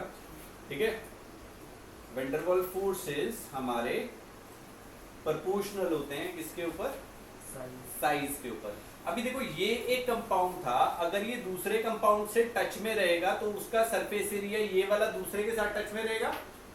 इस वाले में यहाँ पे ये वाला पार्ट लगा लो, सर टच में रहेगा। और जो स्फेयर है ये तो स्फेयर टाइप हो गया, और स्फेयर का क्या होता है? सरफेस एरिया सबसे कम होता है। तो सबसे ज्यादा बॉइलिंग पॉइंट इसका होएगा, फिर इसका होएगा और फिर इसका होएगा। किसके साथ टच में रहेगा? आई वांट टू टच दूसरे वाले के साथ। वेंडरवेल फोर्सेस तो दोनों के बीच में रहेंगे ना, किसी सेम कंपाउंड के साथ दूसरे। बिल्कुल। हमने टेस्ट बताया अनसैचुरेशन के लिए, कौन सा वाला, नीचे वाला कि दोनों? नहीं, ये वाला तो एलाइलिक हो गया, ये अनसैचुरेशन का हो गया। ये Br2 जिसमें बिना यूवी लाइट। वो एट रूम टेम्परेचर पे होगा। हाँ, क्लियर है? यहाँ पे लिख लीजिएगा, among isomeric haloalkanes boiling point decreases with increase in branching। आपके क्वेश्चन का आंसर है ये। नेक्स्ट जो क्वेश्चन हम करेंगे जिसमें वो बॉइलिंग पॉइंट की कहानी बता रहा है। समझ आ गया? आइसोमेरिक मतलब सेम मॉलिक्यूलर फॉर्मूला रहेगा उनका, बट जैसे जैसे ब्रांचिंग बढ़ेगी वैसे वैसे बॉइलिंग पॉइंट डिक्रीज करेगा। बॉइलिंग पॉइंट डिक्रीज और सी विद मैंने एक बार ये बता रही थी दो ब्रांचिंग का। देख मेरे भाई, यहाँ पे ये वाला था, ये पूरा का पूरा मॉलिक्यूल है। अब जब कोई भी कंपाउंड रहेगा ना, जब वेंडरवेल फोर्सेस होते हैं वो उनके सरफेस एरिया के ऊपर डिपेंड करते हैं। मैंने अभी आपको बताया बुक्स ऐसे चिपकी, ऐसे क्यों नहीं चिपकी? क्योंकि सरफेस एरिया कम था। जब कोई मॉलिक्यूल दूसरे मॉलिक्यूल के साथ ज़्यादा उसका सरफेस एरिया टच कर रहा होगा तो वहाँ पे क्या होएगा? ज़्यादा फोर्सेस ऑफ अट्रैक्शन स्ट्रॉन्ग होने वाली हैं। तो जब ये वाला मॉलिक्यूल, ये तो लीनियर है, मतलब सॉर्ट ऑफ लीनियर मैंने बना दिया, अदरवाइज क्या होता है जिगजैग होता है। तो मैंने यहाँ पे लीनियर लिया, तो ये वाला पूरा का पूरा पार्ट दूसरे मॉलिक्यूल के साथ चिपका होएगा। मतलब मैं दूसरा अगर यहाँ पे बना दूं तो ये कुछ ऐसा बन जाएगा। तो इन दोनों के बीच में कॉमन एरिया क्या हुआ? सरफेस एरिया ज्यादा था। इस वाले केस में क्या हुआ? यहाँ वाला थोड़ा सा कम हो गया, क्योंकि ऐसे लंबा था, ये ऐसे छोटा हो गया, तो सरफेस एरिया कम हुआ। जब इसमें गए तो ये स्फेरिकल शेप का हो गया, तो स्फेरिकल दूसरे वाला भी तो स्फेरिकल ही रहेगा ना, तो उसके साथ उसका सरफेस एरिया कम कॉमन क्या है? बहुत थोड़ा सा। तो इसलिए मैंने लिखा among isomeric alkenes boiling point decreases with increase in branching. यहाँ पे ऐसा भी लिख दीजिए एज सरफेस एरिया डिक्रीजेस हाँ विद इंक्रीज इन ब्रांचिंग, ऐसे लिख देते हैं हम। क्लियर है? अभी देखो नेक्स्ट क्वेश्चन जो हमें गिवन है,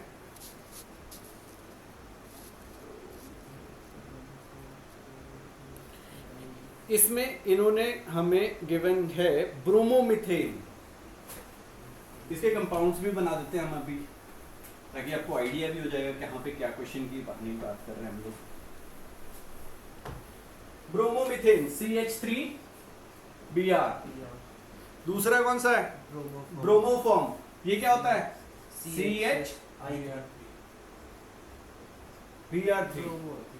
CHCl3 क्लोरोफॉर्म होता है, तो ये CHBr3 हो गया। उसके बाद दिया गया क्लोरोमिथेन CH3Cl, और चौथा कौन सा दिया हुआ है? डाइब्रोमोमिथेन CH2Br2। क्लियर हुआ? अब यहाँ पे एक कार्बन, यहाँ पे भी एक, यहाँ पे भी एक, यहाँ पे भी एक, तो मतलब ब्रांचिंग वाली तो कहानी खत्म होगी। अब दूसरे वाली चीज किस चीज के ऊपर डिपेंड कर रही है? Number of halogen atoms, size of halogen, और तीसरी चीज यहाँ पे हम लिख देते हैं नंबर ऑफ हैलोजन एटम्स, उसके ऊपर भी होने वाला है क्योंकि एटॉमिक मास बढ़ेगा।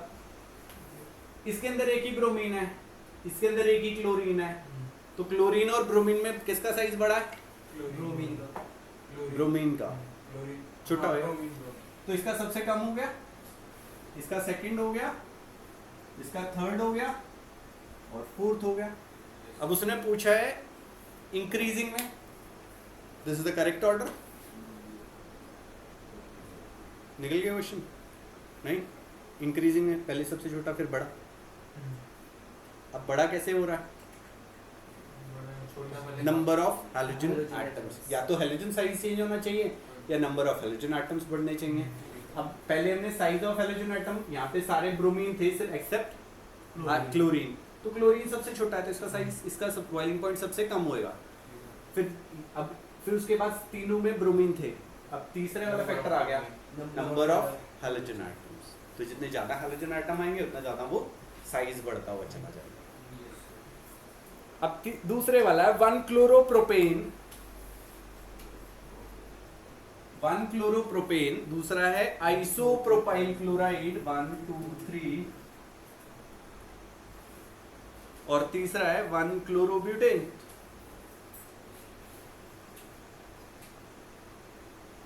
वन क्लोरो है ना, ओके, 1 क्लोरोब्यूटेन। अभी देखो पहले क्लोरीन क्लोरीन क्लोरीन, ये दो के अंदर 3 है कार्बन, यहाँ पे 4 है, तो ब्रांचिंग साइज बड़ा हो रहा है, तो इसका सबसे ज्यादा हो गया, तो ये 3 हो गया। अब ये 1 और इसमें से कौन सा होएगा? 1 और 2 कौन सा होएगा इसमें, या इसमें कौन से वाला 1? बीच वाला बनाएगा वो 2 है। हाँ गुड, ये 1 हो गया, ये 2 हो गया, समझ आ गया? क्लियर है? फिजिकल प्रॉपर्टीज की कहानियां जो है हो गई। बॉइलिंग पॉइंट के मामले में हाँ ठीक है, डेंसिटी भी उसी चीज के ऊपर डिपेंड कर रही है। डेंसिटी में तो मॉलिक्यूलर फॉर्मूला, चलेंगे आगे? Okay, next we have, next question जो है हमारे पास, which alkyl halide from the following pair would you expect to react more rapidly by SN2 mechanism? आपको SN1 SN2 क्लियर है या मैं कराऊं अभी आपको?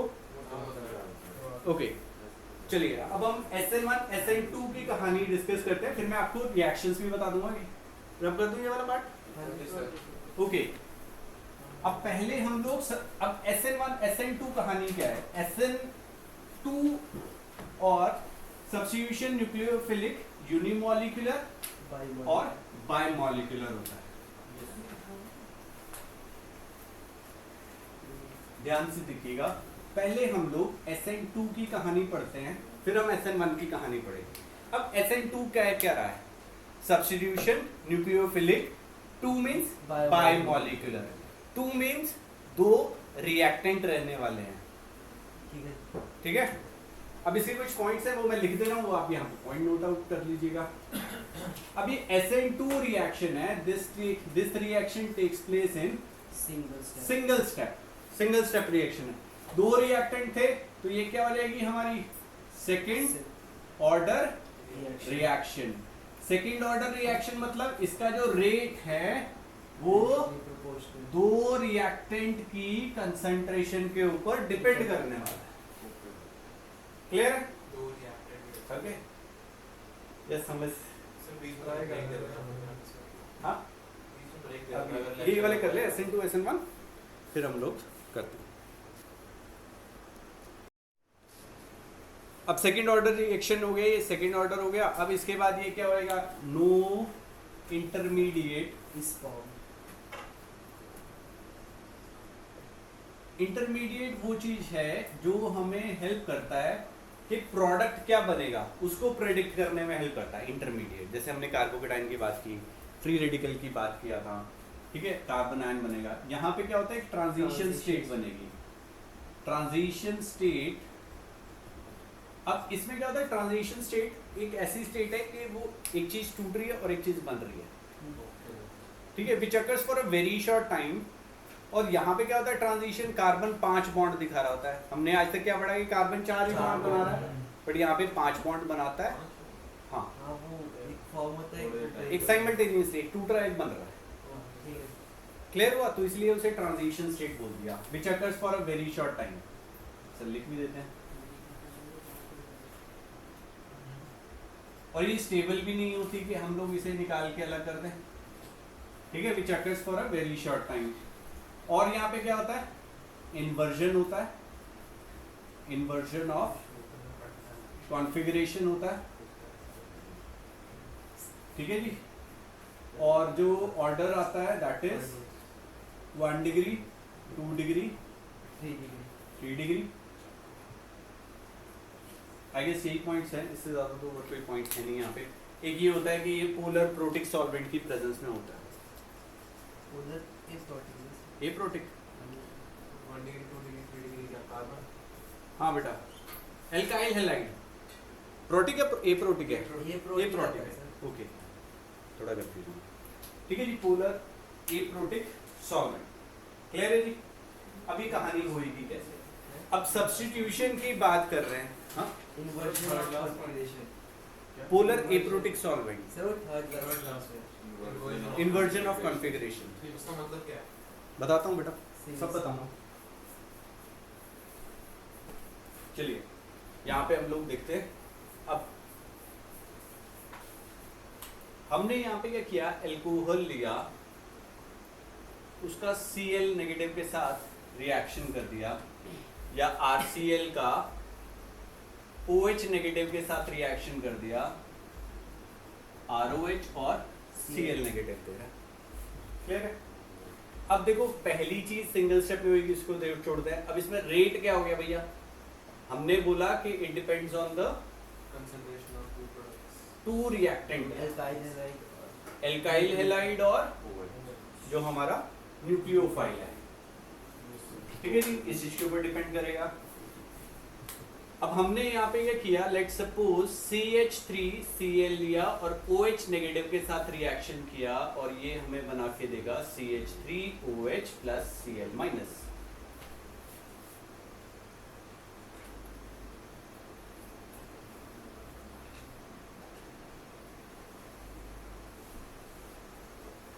ये हमने बना दिया भाइयों बहनों डैश विच डायग्राम, ठीक है, एल्काइल हैलाइड का। जो ये सॉलिड लाइंस हैं ये रिप्रेजेंट करते हैं they are on the plane. जो ये डैश्ड है this is behind the plane, और ये वाला पार्ट क्या हो गया, अबव द प्लेन।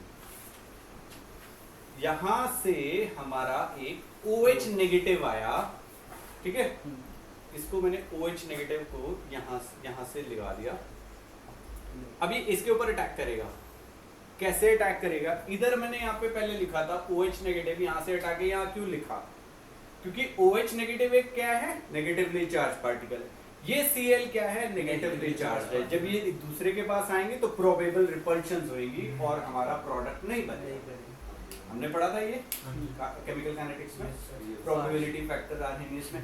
अभी इस चीज को मैंने यहाँ से हटा के यहाँ पे लिख दिया, यहाँ से ये अटैक कर सकता है क्योंकि ये वाला Cl नेगेटिव दूसरी साइड पे है, इधर से ये अटैक करेगा। अब एक ट्रांजिशन स्टेट बनेगी HO, ये कार्बन यहाँ पे आ गया, यहाँ पे ये आ गया, यहाँ पे H आ गया, यहाँ पे H आ गया, और एक ये Cl बन गया। This is the transition state, जिसमें मैंने बोला कि कार्बन इज शोइंग पेंटावैलेंस। अब ये Cl जो है this is the leaving group, और ये क्या हो गया, इनकमिंग ग्रुप। अभी मैं थोड़ी देर में आपको कहानी बताऊंगा कि which is the better leaving group, ठीक है। अभी OH नेगेटिव Cl नेगेटिव हुआ, अब प्रोडक्ट क्या बनेगा, देखो यहाँ पे Cl कौन सी जगह लगा है, राइट साइड पे लगा है, और जब ये यहाँ पे प्रोडक्ट बना के देगा तो ये लेफ्ट साइड पे आ जाएगा। इसे हम बोलते हैं इन्वर्जन ऑफ कॉन्फ़िगरेशन। आप ही पूछ रहे थे ना, inversion of configuration, this is inversion of configuration. और Cl माइनस चला गया भैया। जब हमने इनिशियली स्टार्ट किया था ये Cl जो फंक्शनल ग्रुप था या जो भी सब्सटेंस था वो राइट हैंड साइड पे था। फाइनली जब हमें प्रोडक्ट मिला तो ये कहाँ पे पहुंच गया, लेफ्ट साइड पे। This is known as inversion of configuration. अभी ये सिंगल स्टेप में हो गई, ये भी रिएक्शन हो गया, to no intermediate is form, transition state भी पता लग गया, इन्वर्जन ऑफ कॉन्फ़िगरेशन भी पता लग गया। ठीक है, पोलर एप्रोटिक सॉल्वेंट वो एक जस्ट कंडीशन है, this is just a condition, ये कुछ नहीं करेगा यहाँ पे रिएक्शन में। क्या? ये रिएक्शन में कंडीशन है ये एप्रोटिक सॉल्वेंट वाला। अब उसके बाद आया ऑर्डर की बात। अब ऑर्डर में यहाँ पे किस चीज के ऊपर डिपेंड कर रहा है, ऑर्डर जो है भैया वो किस चीज के ऊपर डिपेंड करता है, रिपल्शंस के ऊपर, या हम बोल सकते हैं स्टेरिक हिंड्रेंस। अब रिपल्शंस क्या होती हैं और स्टेरिक हिंड्रेंस, कोई फर्क है इन दोनों में? बताओ भाइयों, कितना सन्नाटा क्यों है? स्टेरिक हिंड्रेंस और रिपल्शंस में कोई फर्क है? रिपल्शन मतलब ऐसे कि वो Cl लगा हुआ है और OH अटैक करने आएगा तो Cl उसको वो रिपल वो हटाएगा, Good. क्योंकि वो बड़े बड़े ग्रुप है। गुड। मतलब अगर पीछे उसके साथ बहुत सारे ग्रुप लगे हुए हैं तो सपोज करते हैं 3 सहेलियां थी, A B C, नाम नहीं लेंगे है ना, बुरा मान जाता लोग। तो हमने क्या किया, अब उनकी 10 साल, अभी आज नहीं 10 साल बाद शादी हो गई और उनके रेडियस भी चारों कितने बड़े बड़े हो गए, रेडियस मोटे हो गए। हाँ है ना, उन लोगों की डाया इतने बड़े बड़े हो गए और वो चले गए कहीं शॉपिंग करने के लिए।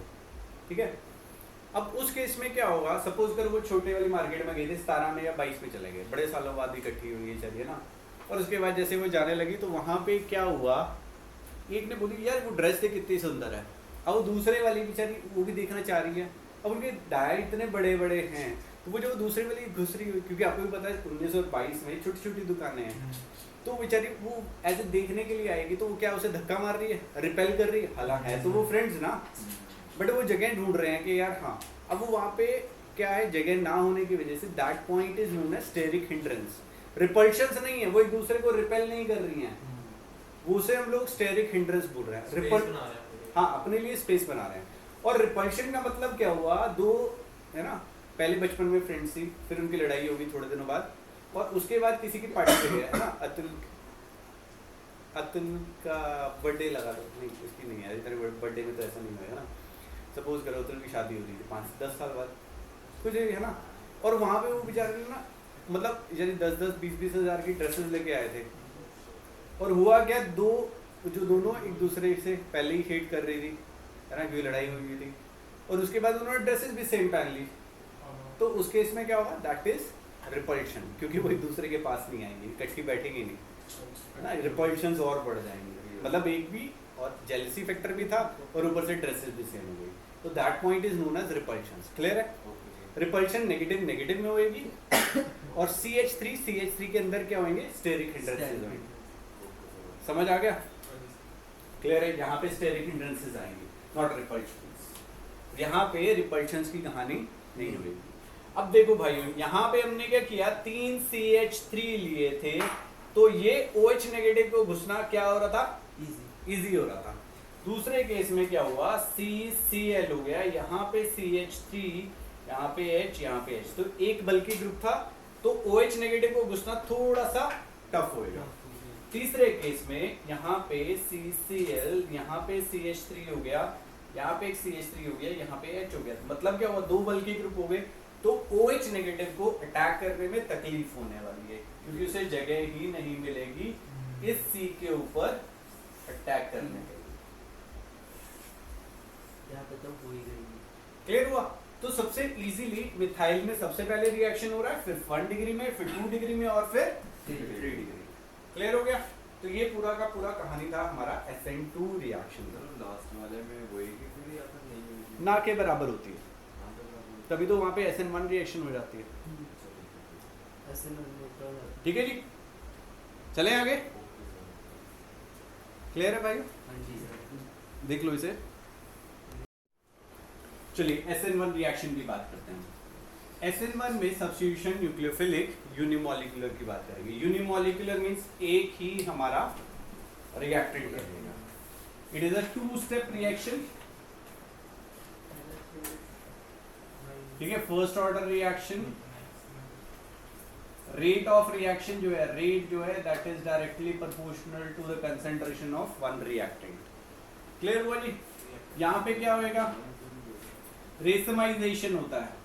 Yes, sir. अभी रेसमाइजेशन कहानी है वो अभी मैं आगे बताता हूँ आपको। और यहाँ पे क्या होएगा, कार्बोकेटायन एज एन इंटरमीडिएट। अभी जो हमने कहानी की थी कार्बोकेटायन, उसको भी हम लोग दोबारा से डिस्कस करेंगे। ठीक है, 2-स्टेप रिएक्शन हो गया, first order reaction racemisation, carbocation हो गया, Rearrangement. और वो तो इसमें ही आ जाएगा, वो सारा पार्ट में इसमें ही करा दूंगा आपको। और रीअरेंजमेंट कर सकते हैं ना, इसमें पॉसिबल है। बताऊंगा अभी, उसका भी एक अलग से कॉन्सेप्ट बता दूंगा, कब रीअरेंजमेंट होगी कब नहीं होगी, ठीक है, वो मैं अभी आपको बता दूंगा। इसमें 3 डिग्री अब इसमें ऑर्डर जो है that is 3 degree, 2 degree and then 1 degree. 1 degree, right. Last हम मिथाइल लिख देते हैं। और ये जो रिएक्शन है हमारी पोलर प्रोटिक सॉल्वेंट में हो जाती है। आई गेस मैंने सारे पॉइंट्स कवर अप कर दिए हैं। अब यहाँ पे देखते हैं होएगा क्या। और इसमें जो स्लो स्टेप होता है that is the rate determining step, ठीक है जी, रेट डिटरमाइनिंग स्टेप, RDS से हम बोलते हैं। अब जो स्टेप 1 है that is the slow step, clear है। और यहाँ पे हमने क्या किया, टर्शरी ब्यूटाइल ब्रोमाइड लिया, उसका हमने ठीक है जी, यहाँ पे क्या हुआ, ये किस में कन्वर्ट हो गया, कार्बोकेटायन में, ठीक है जी। और दूसरे स्टेप में हमारा यहाँ पे OH नेगेटिव ने अटैक किया और ये बना के दे दिया टर्शरी ब्यूटाइल अल्कोहल। ये स्लो स्टेप था, ये step 2, this is the fast step, और ये रेट डिटरमाइनिंग स्टेप हो जाएगा, ठीक है। It is a two step reaction, समझ में आ गया। अब पहली चीज देखो, जब तक इसके अंदर फर्स्ट स्टेप में हमने OH नेगेटिव की जरूरत ही नहीं पड़ी हमें, तो सिर्फ जब तक ये कार्बोकेटायन बनेगा तभी OH नेगेटिव का काम आएगा, अदरवाइज वो काम नहीं कर रहा। तो इसका रेट क्या हो जाएगा, rate is proportional to CH3 thrice CBr। सिर्फ एक ही रिएक्टेंट के ऊपर डिपेंड कर रहा था, क्लियर हो, OH नेगेटिव के ऊपर नहीं कर रहा, क्योंकि जब तक देखो, जब तक हमारा कार्बोकेटायन ही नहीं बन रहा, OH नेगेटिव आ ही नहीं रहा कहानी में, है ना, Yes. तो सीन में आ ही नहीं रहा ना OH नेगेटिव। तो पहला काम क्या है हमारा, कार्बोकेटायन ड्रॉपर, क्लियर हो गया। तो two step reaction, first order reaction, racemisation की कहानी बढ़ते हैं, उसके बाद कार्बोकेटायन एज एन इंटरमीडिएट। अब कार्बोकेटायन, इस चीज को मैं दोबारा से ड्रॉ कर रहा हूं, CH3 थ्राइस CBr था, ये कन्वर्ट हुआ हमारा किसमें, कार्बोकेटायन में, CH3 with a positive sign और Br नेगेटिव। स्टेप 1 हो गया। दूसरे स्टेप में क्या हुआ, ये CH3 with a positive sign, ध्यान दीजिएगा यहाँ पे। अब यहाँ पे हमारा OH नेगेटिव था भाइयों बहनों, OH नेगेटिव अब सोल्यूशन में है, वो यहाँ से भी अटैक कर सकता है, यहाँ से भी अटैक कर सकता है, उसको पकड़ के यार भैया इधर वाली जगह से आपको अटैक करना है, तो सोल्यूशन में कहीं से भी मिक्स होएगा। तो उस केस में 2 प्रोडक्ट बन रहे हैं हमारे, CH3, लेट्स सपोज हमने यहाँ पे एक OH बना दिया, यहाँ पे ये CH3 बना दिया, यहाँ पे CH3 बना दिया, यहाँ पे भी CH3 बना दिया, और साथ में क्या बन गया, CH3 OH CH3, और यहाँ पे भी CH3 क्या गया। यहाँ पे क्या हुआ, लेट्स सपोज हमने इसको एथल लिया था,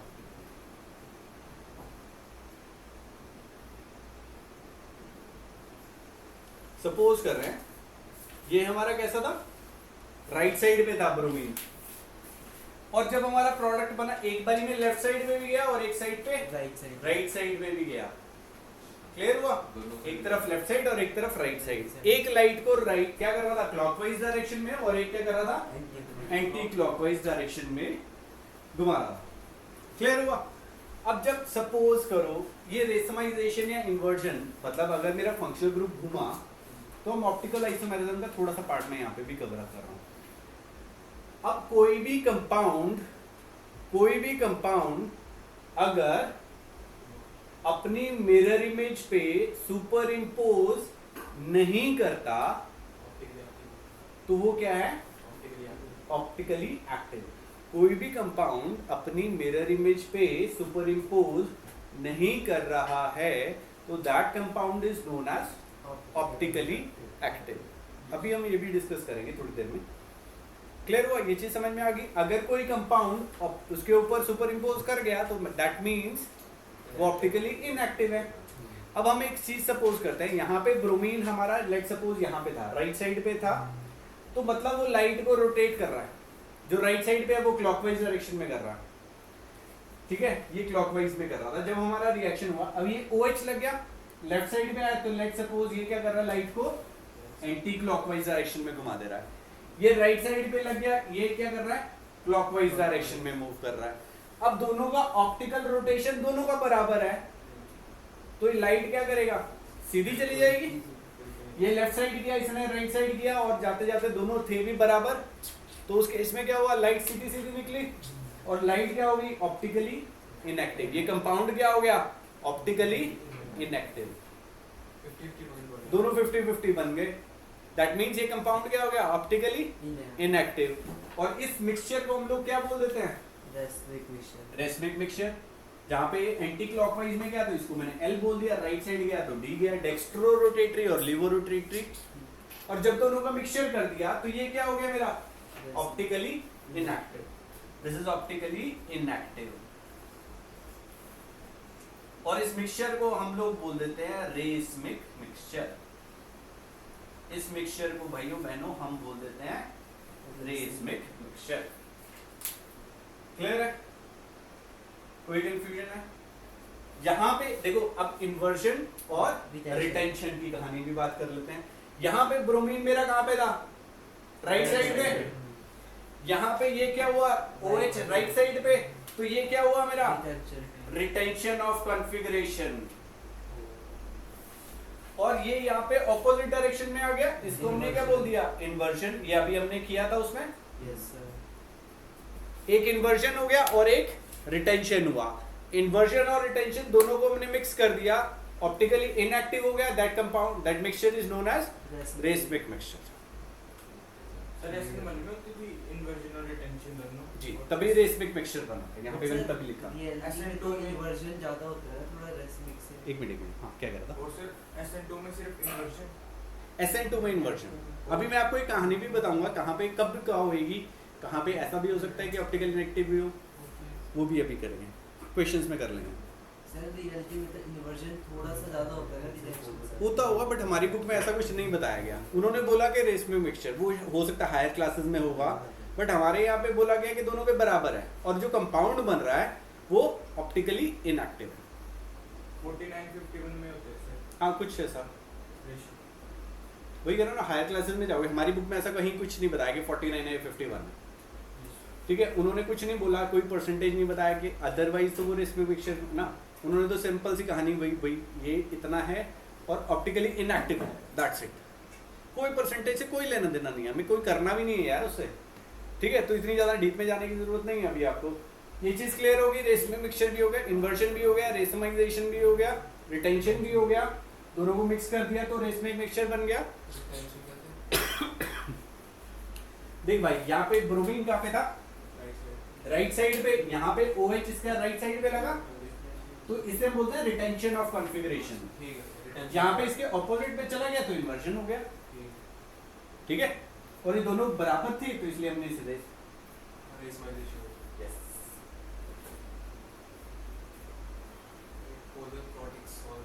ये कंडीशन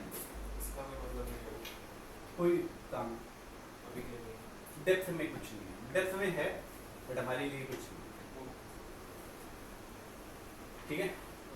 वो जिस रिएक्शन के स्पीड को फास्ट अप करने के लिए ये जो प्रोडक्ट्स बने उनको, ठीक है, समझ आ गया भाइयों को? Two step reaction, first order racemisation, कार्बोकेटाइनेशन इंटरमीडिएट, और ये क्या होते हैं, एक्सटर्नली कंपनसेटेड होते हैं। मतलब ये दोनों चीजें जो हैं, क्योंकि एक डी बना और एक एल बना, अगर मैं इन दोनों को मिक्स कर दूं, एक मेरे पास डी कंपोनेंट था, एक एल कंपोनेंट था, दोनों को मिक्स कर दिया तो वो क्या हुआ, खत्म हो गए, ऑप्टिकल रोटेशन खत्म हो गई।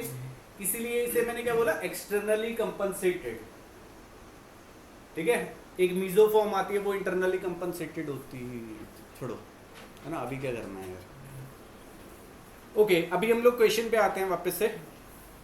I hope SN1 SN2 clear हो गया होगा आप लोगों को। ओके, क्वेश्चन देखते हैं। CH3 CH2 CH2 CH2 Br और एक दिया हुआ है हमें। अब इन्होंने सिंपल सी कहानी पूछी है SN2 और SN1 के बारे में। यार अभी मैंने इतनी बड़ी कहानी बताई है आपको कि कौन से वाला, बस आपको ये देखना है कि कहाँ पे कौन से वाली चीज। रीअरेंजमेंट का कहानी हम करेंगे यार, मेरे को याद करा देना, क्योंकि रीअरेंजमेंट पे ना क्वेश्चन आ जाता है, ऑब्जेक्टिव में क्वेश्चन आता है रीअरेंजमेंट पे, सब्जेक्टिव में देखा नहीं है हमने, ठीक है। यूजुअली एडिशन रिएक्शन में यहाँ पे हम लिख के रखते हैं रीअरेंजमेंट। इसकी कहानी हम थोड़ी देर में डिस्कस कर लेते हैं, पहले क्वेश्चन कर देते हैं। ओके, अब हमें यहाँ पे बोलो भाइयों, which alkyl halide from the following pair would you expect to react more rapidly SN2 mechanism? Explain your answer. एक प्राइमरी गिवन है और दूसरा क्या गिवन है हमें, सेकेंडरी गिवन है। SN2 की बात कर रहा है। SN2 में किसी को प्राइमरी सेकेंडरी में दिक्कत है? भाई वो प्राइमरी क्यों है, सेकेंडरी क्यों है? अब ध्यान देखिएगा, जहां पे ब्रोमीन, जिस कार्बन से मेरा ब्रोमीन जुड़ा है वो कार्बन आगे कितने कार्बन से जुड़ा है, एक से जुड़ा है तो प्राइमरी है। सेकेंड केस में जिसमें ब्रोमीन जिस कार्बन से जुड़ा है वो कार्बन कितने कार्बन से जुड़ा हुआ है तो सेकेंडरी हो गया। अगर कोई कार्बन, अगर मतलब जिस कार्बन से मेरा हैलोजन जुड़ा है वो कार्बन अगर 3 कार्बन से जुड़ गया तो वो टर्शरी हो गया। क्लियर है? तो पहले वाले क्वेश्चन में उसने पूछा SN2, तो SN2 कौन से वाले में होनी है, प्राइमरी में फास्ट होनी है। हमने पहले पढ़ा था मिथाइल प्राइमरी सेकेंडरी टर्शरी, ठीक है। सेकंड वाले पार्ट पे आते हैं।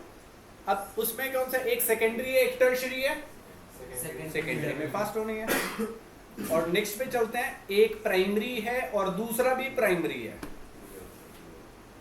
अब इस केस में हमारा कौन से वाला रहेगा, स्ट्रक्चर। मैं आपके देखिए जरा ध्यान दीजिएगा, एक हमने लिया CH2 Br, एक ये स्ट्रक्चर, 2 ही है ना। हाँ भाई शोर मत करो जरा, देखो जरा यहाँ पे हमने क्या किया, 2 स्ट्रक्चर, ये भी प्राइमरी ये भी प्राइमरी। अब SN2 के अंदर क्या हो रहा था, स्टेरिक हिंड्रेंस की कहानी हमने पढ़ी थी। क्या पढ़ा था, स्टेरिक हिंड्रेंस, दोनों प्राइमरी हैं। अब देखो ये यहाँ पे, ठीक है, इसके साथ एक हाइड्रोजन 2 हाइड्रोजन। अब ये CH3 के ऊपर डिपेंड करने वाला है। ये CH3 जितना पास आता रहेगा वहां पे स्टेरिक हिंड्रेंस क्या होनी शुरू होगी, बढ़नी शुरू हो जाएगी। यहाँ पे ये पास आ गया, यहाँ पे ज्यादा है, यहाँ पे लेस स्टेरिक हिंड्रेंस है, यहाँ पे less hindrances, less steric hindrance, यहाँ पे क्या हो जाएगी, मोर हिंड्रेंसेस हो जाएगी। तो कौन से वाले में जल्दी होगी, इतनी भी मुश्किल नहीं है यार, बड़े सिंपल सिंपल क्वेश्चन आते हैं। ओके, नेक्स्ट क्वेश्चन पे देखते हैं। In the following pair of halogen compound which compound undergo SN1 reaction faster. अब ये क्वेश्चन 2008 में भी आया, 10 में भी आया, 13 में भी आया, उसके बाद भी आया हुआ। ठीक है, क्लियर हो गया भाइयों? अब देखो SN1 रिएक्शन की बात कर रहा है। अब यहाँ पे हमारे पास फर्स्ट पार्ट में उसने हमें दिया ये वाला और एक दिया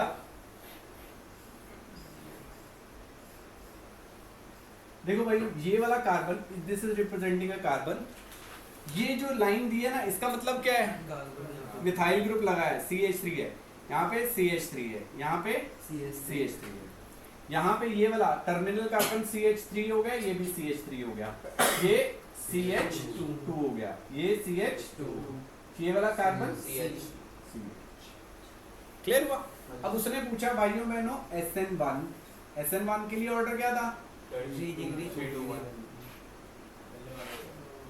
तो इस वाले केस में कौन है? 3 डिग्री पहला। That's it. भाइयों ये ध्यान रखना है, जब भी उसने वो दिया हमें बॉन्ड लाइन डायग्राम दिया है ना, तो उसमें वो आपको बना के देख रहे हैं, जितने भी वहां पे वो बेंट आ रहे हैं वो कार्बन रिप्रेजेंट कर रहा है। यहाँ पे कार्बन देखो, यहाँ पे इन्होंने सिर्फ ये बना के दे दिया, तो मतलब CH3 है, Cl यहाँ पे दिखा है उन्होंने, 2 डिग्री आना चाहिए। ये 2 डिग्री है, ये 3 डिग्री है। वो सबसे और स्टेबल है, यही गैप पे है। क्लियर हुआ? अब दूसरे वाले पार्ट में एक हमारे पास सेकेंडरी दिया हुआ है और दूसरे वाला क्या दिया है? प्राइमरी दिया है। तो कौन से वाला फास्ट रिएक्शन करेगा? सेकेंडरी। SN1 है सर, सर क्वेश्चन ध्यान अगर दें। ऐसा आ गया कि ये जो दोनों ही सेकेंडरी आ गए तो SN1 में नहीं होएगा, SN2 में हो जाएगा ना, स्टेरिक हिंड्रेंसेस, क्योंकि दोनों की स्टेबिलिटी तो बराबर है। क्लियर हुआ? SN1 में स्टेरिक हिंड्रेंस वाला भी देखते हैं। SN1 में तो हम कार्बोकेटायन देख रहे हैं ना, मैंने लिखवाया ना कार्बोकेटायन एज एन इंटरमीडिएट, तो उसकी स्टेबिलिटी के ऊपर मैंने आपको एक चीज बताई थी, ध्यान दीजिए कि जो हमारा इंटरमीडिएट है उसकी स्टेबिलिटी के ऊपर, अभी मैंने पूरा SN एक मैकेनिज्म आपको कराया ना, जब एडिशन वाला कराया था मार्कोनिकोव रूल वाला, तो उसके अंदर हमने क्या देखा था? कार्बोकेटायन की स्टेबिलिटी, उसमें हमें स्टेरिक हिंड्रेंस से कोई मतलब नहीं था। मेरा जो इंटरमीडिएट है वो डिसाइड करेगा कि प्रोडक्ट क्या बनेगा। क्लियर हुआ? चलिए सर 2 डिग्री वाला बता दो कि SN1 SN2 कैसे पता चलेगा? 2 डिग्री अगर और दोनों ही 2 डिग्री को नहीं, तब नहीं होएगा ना, ऐसा होएगा ही नहीं, क्योंकि फिर स्टेबल कैसे बताओगे आप? वही तो क्वेश्चन है सर, बताने कौन सी SN1 है या 2 है? वो अगर क्वेश्चन में दिया हुआ है ना मेरे भाई, पहले जो अभी हमने क्वेश्चन अगर क्वेश्चन में नहीं दिया, ये बताना रिएक्शन कौन सी है? ऐसा नहीं होगा, ऐसा नहीं थोड़ी होगा। अब एक SN1 तो जो है वो 3 डिग्री के साथ रिएक्शन कर रहा है, SN2 जो है 1 डिग्री के साथ रिएक्शन कर रहा है, तो वो क्या बताएगा भाई? तो उससे वाली पूछिए, वो थोड़ी बताएगा है ना, या तो SN2 पूछेगा या SN1 पूछेगा। ओके, अब क्वेश्चन नंबर 9 दिया गया है यहाँ पे, ABCDR डैश, ठीक है जी, ABCDER dash in the following. आपकी बुक में भी वो क्वेश्चन होएगा, है ना, क्वेश्चन 6.9 है आपके पास। क्लियर है? चलिए ये वाला क्वेश्चन देखते हैं जरा हम। सर ये उससे पहले ये करवा दो ESR वाला। इलेक्ट्रोफिलिक सब्स्टिट्यूशन रिएक्शन, भाई जो क्वेश्चन आएगा मैं तब सारी एक्सप्लेन कर दूंगा। मैं वही कर रहा हूँ ना, जो क्वेश्चन आ रहा है उसके, अभी SN1 SN2 था तो मैंने सारा एक्सप्लेन कर दिया, ऐसे कोई सब्स्टिट्यूशन पे आएगा तो वो मैं सारा बता दूंगा। न्यूक्लियोफिलिक जो भी रिएक्शन, जैसे वो फिंकलस्टीन रिएक्शन आई थी, अभी स्वॉर्ड रिएक्शन नहीं आई, जब आएगी तो मैं बता दूंगा आपको। क्लियर हुआ? चलिए जी, अब क्वेश्चन है identify ABCDE dash in the following reaction. अब देखो भाइयों, यहाँ पे इन्होंने ये एक रिएक्शन दिया ब्रोमीन के साथ और मैग्नीशियम के साथ, ठीक है, उसके साथ यहाँ पे उन्होंने ड्राई ईथर डाला और एक डाल, ये A हो गया, और उसके बाद उन्होंने रिएक्शन कर दिया विद वाटर और ये कंपाउंड B बना दिया, ठीक है। अब ये है क्या चीज, रिएक्शन को इसका प्रोडक्ट बनाते हैं। ये हमारे पास RBr हो गया, एल्काइल हैलाइड था, इसका हमने मैग्नीशियम के साथ रिएक्शन किया। जब हमने मैग्नीशियम के साथ रिएक्शन किया तो हमारा एक कंपाउंड बना RMgBr, जिसे हम बोलते थे ग्रिग्नार्ड रिएजेंट, ऑर्गेनोमेटेलिक कंपाउंड, ठीक है। बड़ा ही इंपॉर्टेंट काम है, जो मुश्किल रिएक्शन थी उनको इजी कर देता है। हाँ, reaction with metals lab, reaction with metals, आपने शायद लिथियम वाली भी रिएक्शन की होगी, नहीं की? अभी सिलेबस में नहीं है, प्लस वन में हमने की थी। यहाँ पे हमने किया तो ए कंपाउंड मेरा क्या बनेगा? अब ये रिएक्शन भैया ड्राई ईथर की प्रेजेंस में होती है, बाय ड्राई ईथर, ताकि नहीं, अभी बताता हूँ, ये अगले वाले पार्ट में इसका आंसर आ जाएगा। यहाँ पे MgBr, अभी भाई ने बोला था ऑर्गेनोमेटेलिक कंपाउंड, ऑर्गेनोमेटेलिक कंपाउंड, मतलब ऑर्गेनिक कंपाउंड भी है, मेटेलिक भी है। मेटल कौन सा हो गया? मैग्नीशियम। ठीक है, और इसके अंदर एक चीज ध्यान दीजिएगा, यहाँ पे एक कार्बन था, ये वाला जो कंपाउंड है ये मेरा एक कोवेलेंट कंपाउंड है। भाइयों बहनों ध्यान दीजिएगा, ये वाला जो कंपाउंड है, ये वाला जो बॉन्ड है, ये मेरा आयनिक बॉन्ड है। जी सर। अब ये आयनिक बॉन्ड होने की वजह से ये नहीं टूटेगा, जब भी बॉन्ड टूटेगा तो ये वाला बॉन्ड जो है हमारा टूटेगा। जी ये याद रखिएगा, ये कहानी हमेशा याद रखिएगा। Mg और Br का बॉन्ड नहीं टूटेगा, Mg और C वाला जो बॉन्ड है वो हमेशा क्लीव करेगा। समझ आ गया कहानी? क्लियर है? अब मैग्नीशियम कौन से ग्रुप का एलिमेंट है? मैग्नीशियम कौन से ग्रुप का एलिमेंट है? सेकेंड ग्रुप का एलिमेंट है। अब जब सेकेंड ग्रुप का एलिमेंट है तो वो कितने बॉन्ड बनाएगा? 2 बॉन्ड बनाएगा। यहाँ तक क्लियर है? अभी RMDX बड़ी मुश्किल रिएक्शन को इजी करके देता है, ठीक है, ग्रिगनार्ड रिएजेंट। क्लियर है जी? अब इसका हमने यहाँ पे क्या किया, वाटर के साथ रिएक्शन कर दिया। ये वाटर को हटाने के लिए ही हम ड्राई ईथर का यूज करते हैं, एनहाइड्रस कंडीशन में ये रिएक्शन होती है। जैसे ही इसे कहीं पे प्रोटॉन मिल गया, ये क्या बना देगा? हाइड्रोकार्बन बना देता है। क्या बना देगा भाइयों बहनों? हाइड्रोकार्बन बना देगा। अब इसका रिएक्शन सपोज करो मैंने वाटर के साथ HOH के साथ कर दिया, अब प्रोटॉन मिला, water is a proton donor, तो ये H इसके पास चला जाएगा। अब देखो एक चीज ध्यान दीजिएगा, मैग्नीशियम और इस कार्बन में किसके ऊपर पॉजिटिव और किसके ऊपर नेगेटिव साइन आएगा? मैग्नीशियम पे क्या आना चाहिए? मैग्नीशियम पे आना चाहिए भैया पॉजिटिव साइन। समझ आ गया? और नहीं बेंजीन नहीं है बेटा। हाँ, और यहाँ पे कार्बन पे क्या आ गया? नेगेटिव। अब ये वाटर टूटा तो H प्लस और OH नेगेटिव, ये H किसके पास आना चाहिए? और ये इसके पास। तो यहाँ पे जो B कंपाउंड बना दिस इज B, और साथ में क्या बन गया? Mg के साथ एक Br तो ऑलरेडी लगा हुआ था, एक OH और लग गया, हो गया। क्लियर है?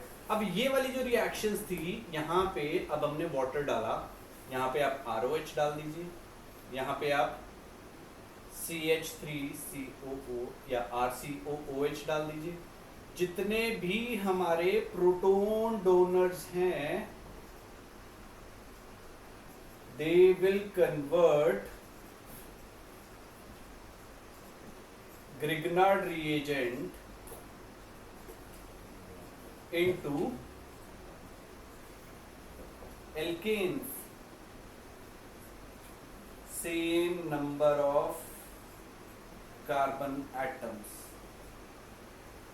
समझ आ गया भाइयों बहनों? क्लियर है? Same with the same number of carbon atoms.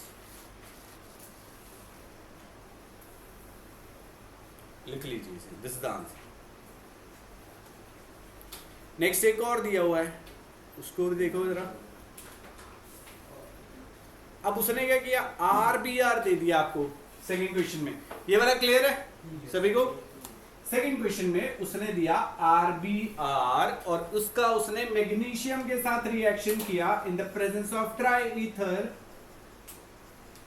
और एक ग्रिगनार्ड रिएजेंट बना दिया। अच्छा, C बनाया, C के बाद उसने D2O के साथ रिएक्शन किया और एक कंपाउंड बना के दिया CH3CHD now this is deuterium, D is deuterium, water hydrogen का आइसोटोप है ड्यूटेरियम, तो D2O की जगह यहाँ पे H का हटा के हमने D लगा दिया। अब R और C बताना है हमें।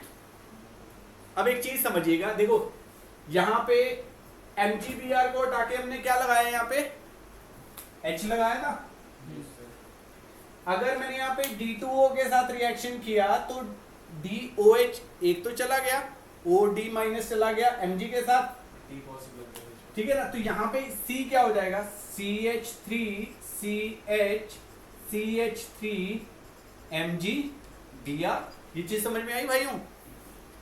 जिससे MgBr हटा वहीं पे तो D लगेगा। क्लियर है? और ये R क्या हो जाएगा? CH3CH3Br। क्लियर हो गया?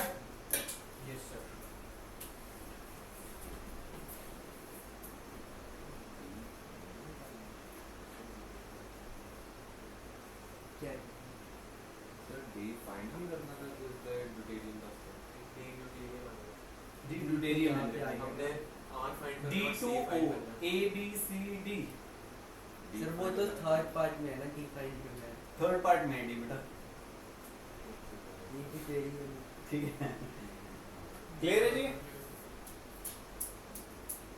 चले आगे, किसी को कोई कंफ्यूजन है? नोट डाउन कर लिया ये,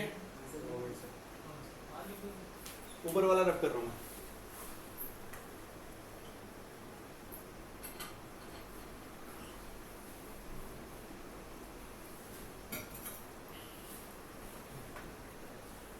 चलिए नेक्स्ट क्वेश्चन दिया गया है third part,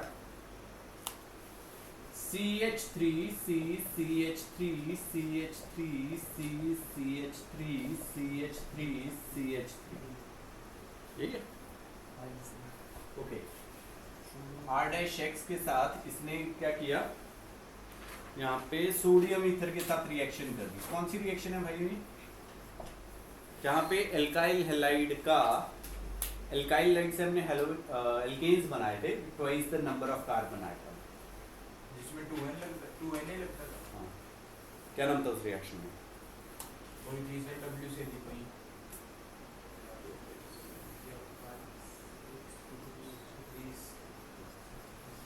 words reaction, words reaction किया था, क्या था वो?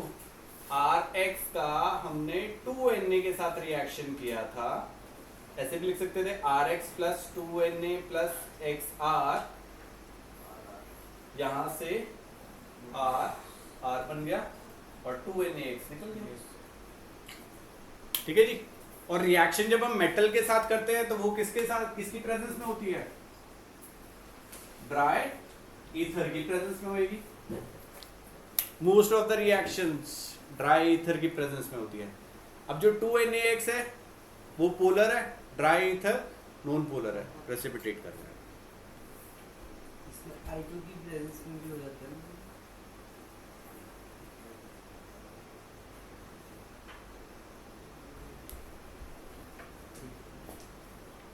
बताओ भाई, ये पेपर में भी क्वेश्चन आया हुआ है इस तरीके का नहीं है। जब आप पीछे बैक एक्सरसाइज में क्वेश्चन देखोगे तो इस टाइप का क्वेश्चन आपको मिलेगा। वो बहुत बड़ा क्वेश्चन दिया गया है वहाँ पे बैक एक्सरसाइज में। जब आप चाहोगे कि हमें एक एल्काइल हैलाइड बनाना है बट वो प्राइमरी एल्काइल हैलाइड नहीं है, ओके, तो R-X हमें बताना है, D बताना है, E बताना है। चलिए अब देखो भाइयों ध्यान दीजिएगा, ये रिएक्शन समझ में आया, Rx 2Na Rx, तो मेरे पास R बन गया, मतलब इधर भी बराबर इधर भी बराबर, तो मेरे को इसको कट कर देना है इक्वल पार्ट्स में, क्लियर है? तो इसका सोडियम के साथ R-X क्या होना चाहिए? CH3 C CH3 CH3 X, clear है? यहाँ पे X और दूसरे वाला आएगा, दोनों NaX निकल गया हमारा और दोनों चिपक गए थे तो प्रोडक्ट ये बना था। कोई कंफ्यूजन? No sir. अब उसके बाद हमने मैग्नीशियम के साथ, इसका मैग्नीशियम के साथ रिएक्शन कर दिया तो D क्या हो जाएगा? CH3 C CH3 CH3 MgX। D2O के साथ रिएक्शन किया, ये वाला पार्ट हट जाएगा, D लग जाएगा, CH3 C CH3 CH3 और D।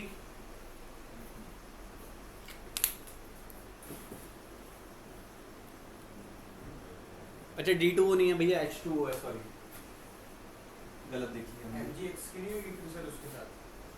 बाय प्रोडक्ट मतलब नहीं है हमें ऑर्गेनिक में, लिखो ना लिखो कोई फर्क नहीं है, अनलेस एंड अनटिल वो ऑर्गेनिक ना हो। अगर वो इनऑर्गेनिक कंपाउंड पहुंच गया, Mg आ गया, तो सर D तो MgX बन रहा है ना इसमें? हाँ दिस इज D,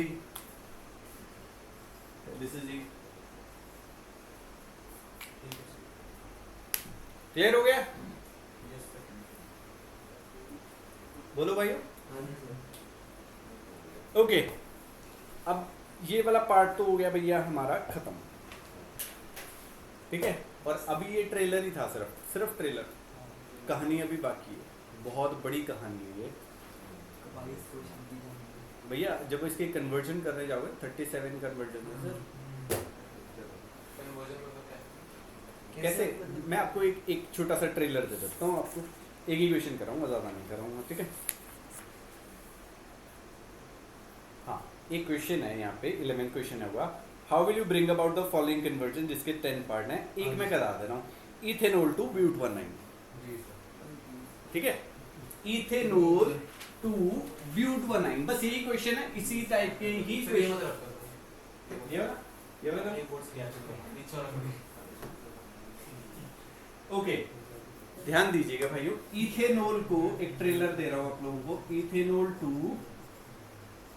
ब्यूट-1,9, कोई बता सकता है होएगा कैसे?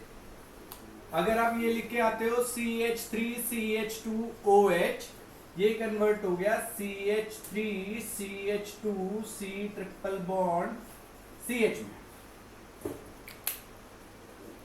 अगर आप इतना लिख के आते हो आपको एक नंबर भी नहीं मिलेगा। अरे यो सर। पूरा कर ये कन्वर्जन है। कोई बताएगा कौन कौन से मेथड हो सकते हैं? पिछले साल था सर ये। मैंने लिखा था तो सोचो क्या हुआ। याद नहीं है। कुछ तो सोचो। भाई तेरा पेपर है तू तो अच्छा है। क्लैरिटी होगी सर क्लैरिटी। चलो देखो भाई, यहाँ पे अल्कोहल था CH3CH2OH, इसका मैं यहाँ पे ZnCl2 प्लस HCl के साथ रिएक्शन कर देता हूँ, PCl3 PCl5 SOCl2 कुछ भी डाल दो, तो ये हमें कन्वर्ट करके देगा भैया CH3CH2Cl में। क्लियर हो गया? अब एक इथाइनाइड आता था, सोडियम इथेनाइड, कुछ ऐसा, छोड़ो, ध्यान दीजिएगा, CH ट्रिपल बॉन्ड CH था, उसका मैंने सोडियम के साथ रिएक्शन किया and it will give us CH triple bond CNA। एक कंपाउंड ये हो गया, दूसरा कंपाउंड ये हो गया, इन दोनों को ऐड कर दो तो ये आ जाएगा CH3CH2Cl plus NaC triple bond CH। इन दोनों का रिएक्शन किया, यहाँ से हमारा क्या गया, NaCl रिमूव हो गया, ये बन गया CH3CH2C triple bond CH। This is ब्यूट-1,9। अब एक और इसी में से एक और क्वेश्चन निकाल लेते हैं, जरा करके देखिए, कन्वर्ट ब्यूट को वाइन बनाना है,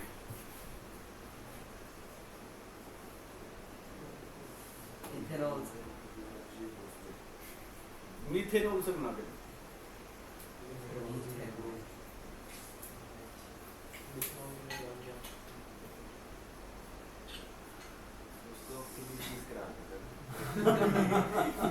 ये वही तो करो, ट्रेलर था भाई, वो जो हमने पहले किया वो तो कुछ भी नहीं था, दैट वाज नथिंग।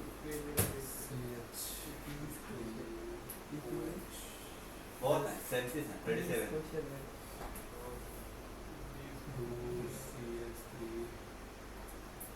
जाके क्वेश्चंस को एक बार हाथ लगा ना तो पता चलता है। हाथ क्या लगा सर, देख के जो इथेन टू ब्रोमो इथेन, मेरा थोड़ा सा टिपिकल हो जाएगा, सारे ठीक है, टिपिकल है ये, इथेन टू ब्रोमो इथेन। भाई सोच ले रहेगा। आपको सारा कुछ करना पड़ेगा यहाँ पे, बहुत बहुत तसल्ली से सर्विस ही करेंगे। करो सर, कर दे भाई। तभी होएगा। सिर्फ तू कर तेरा पेपर है। हाँ वो बस भाई सर ने काम करा है। चलो चलो चलो चलो करो। थीन CS3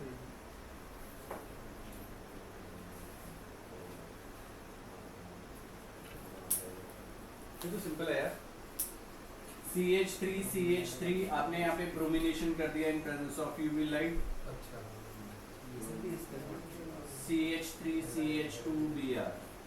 अब आपको हर रिएक्शन आपके दिमाग में होनी चाहिए, अदरवाइज ये नहीं होंगे। सर जो जैसे 10 के आइटम सारा अपने चलिए अब एक ये वाली प्रैक्टिस आप कर लीजिएगा। अब एक रीअरेंजमेंट रह गया था, अब रीअरेंजमेंट को ध्यान दीजिएगा।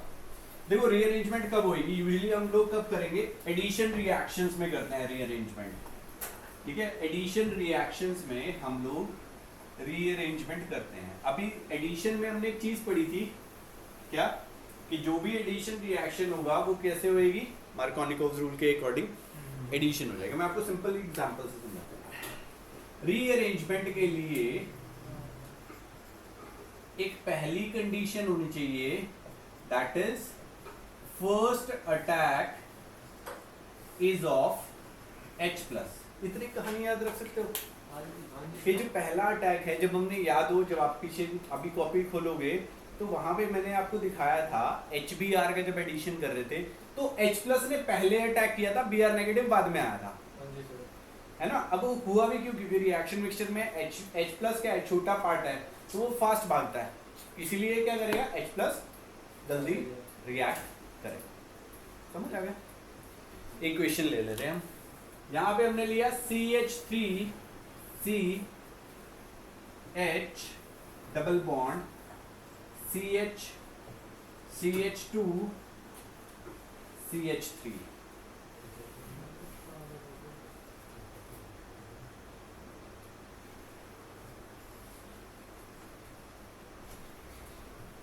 ये हमने कंपाउंड ले लिया, इसका मैंने HBr या HCl HI कुछ भी H2O कोई भी एडिशन किया हमने। अभी इसके अंदर मेरे को एडिशन करना है, कहाँ पे एडिशन हो जाएगा, क्या प्रोडक्ट बन जाएगा, rich get richer, poor gets poorer, Markovnikov rule लग जाएगा। CH3 C पे CH3 और नीचे Br, फिर CH2 हो जाएगा।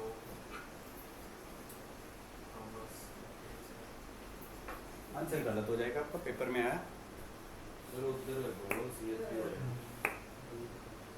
सर पेरोक्साइड तो लगाया है, बट इसमें तो फिर नहीं, पेरोक्साइड नहीं, ऐसे ही लगेगा। अभी चलेंगे आगे, चलो देखो अब ये कैसे ब्रेक करेगा भाइयों बहनों। CH3 single bond CH single bond CH2 CH3। यहाँ पे मैंने एक प्लस ले लिया, यहाँ पे एक माइनस साइन लिया, ठीक है। दूसरी तरीके से कैसे तोड़ देंगे हम इसे, CH3 यहाँ पे negative sign single bond CH positive sign CH2 CH3। मैंने आपको एक चीज बताई थी कि इंटरमीडिएट की स्टेबिलिटी देखेंगे। अब इंटरमीडिएट इनमें क्या है, कार्बोकेटायन है। अब दोनों में से ज्यादा स्टेबल कार्बोकेटायन कौन सा है, ये वाला है या ये वाला है? ये वाला कार्बोकेटायन जो है हमारा ज्यादा स्टेबल है। This is more stable. अभी बात करते हैं सरफेस एरिया नहीं, कार्बोकेटायन इज देख भाई, सब चीजों को खिचड़ी मत पकाओ। ब्रांचिंग नहीं, ब्रांचिंग तो कब यूज करते हैं, फिजिकल प्रॉपर्टी के लिए। यहाँ पे तुमने फिजिकल प्रॉपर्टी की बात ही नहीं करी। अल्फा हाइड्रोजन होंगे ना, अल्फा हाइड्रोजन होंगे हाइपर कॉन्जुगेशन के अकॉर्डिंग। अब एक सिंपल सी कहानी समझो भाइयों, फर्स्ट अटैक किसका होना था मेरा, H+ का, तो यहाँ पे H+ अटैक कर देता हूँ, यहाँ पे भी H+ अटैक कर देता हूँ। ज्यादा कंफ्यूज हो रहे हो, ये CH2 में कन्वर्ट हो जाएगा और ये किस में कन्वर्ट हो जाएगा, CH में। अभी ये क्या है, 3 डिग्री कार्बोकेटायन है, ये 2 डिग्री कार्बोकेटायन है। हमने क्या पढ़ा, आप जो कर रहे हो ना वो फिजिकल प्रॉपर्टी में यूज होएगा, ब्रांचिंग, सरफेस एरिया, वो सारी चीजें सिर्फ फिजिकल प्रॉपर्टी में, केमिकल में कहीं यूज नहीं होंगी वो चीजें, ठीक है। अभी ये क्या हुआ, ये 3 डिग्री, ये 2 डिग्री, तो 3 डिग्री इज मोर स्टेबल। 3 लोगों ने भाई को खाना खिलाया था, है ना, 2 ने खिलाया तो वो भी ज्यादा थी, तो भाई लड़ेगा, यहाँ पे नहीं लड़ेगा। अभी ये चीज तो पता चल गई कि भैया ये मेरा ज्यादा स्टेबल है, ये वाला ज्यादा स्टेबल नहीं, तो ये तो बनेगा ही नहीं। तो इस चीज को मैं कर दे रहा हूँ यहाँ से। अब क्या होगा, अब भैया आया हमारा Br नेगेटिव इसके ऊपर अटैक करने के लिए, क्लियर है।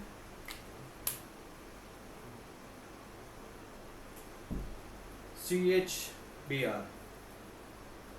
अब हम यहाँ पे बड़ा है, क्वेश्चन गलत दिया हमने, क्वेश्चन गलत दिया, एक मिनट क्वेश्चन नहीं, क्वेश्चन गलत किया हमने। एक यहाँ पे क्वेश्चन चेंज कर रहे हैं भाइयों, ध्यान दीजिएगा।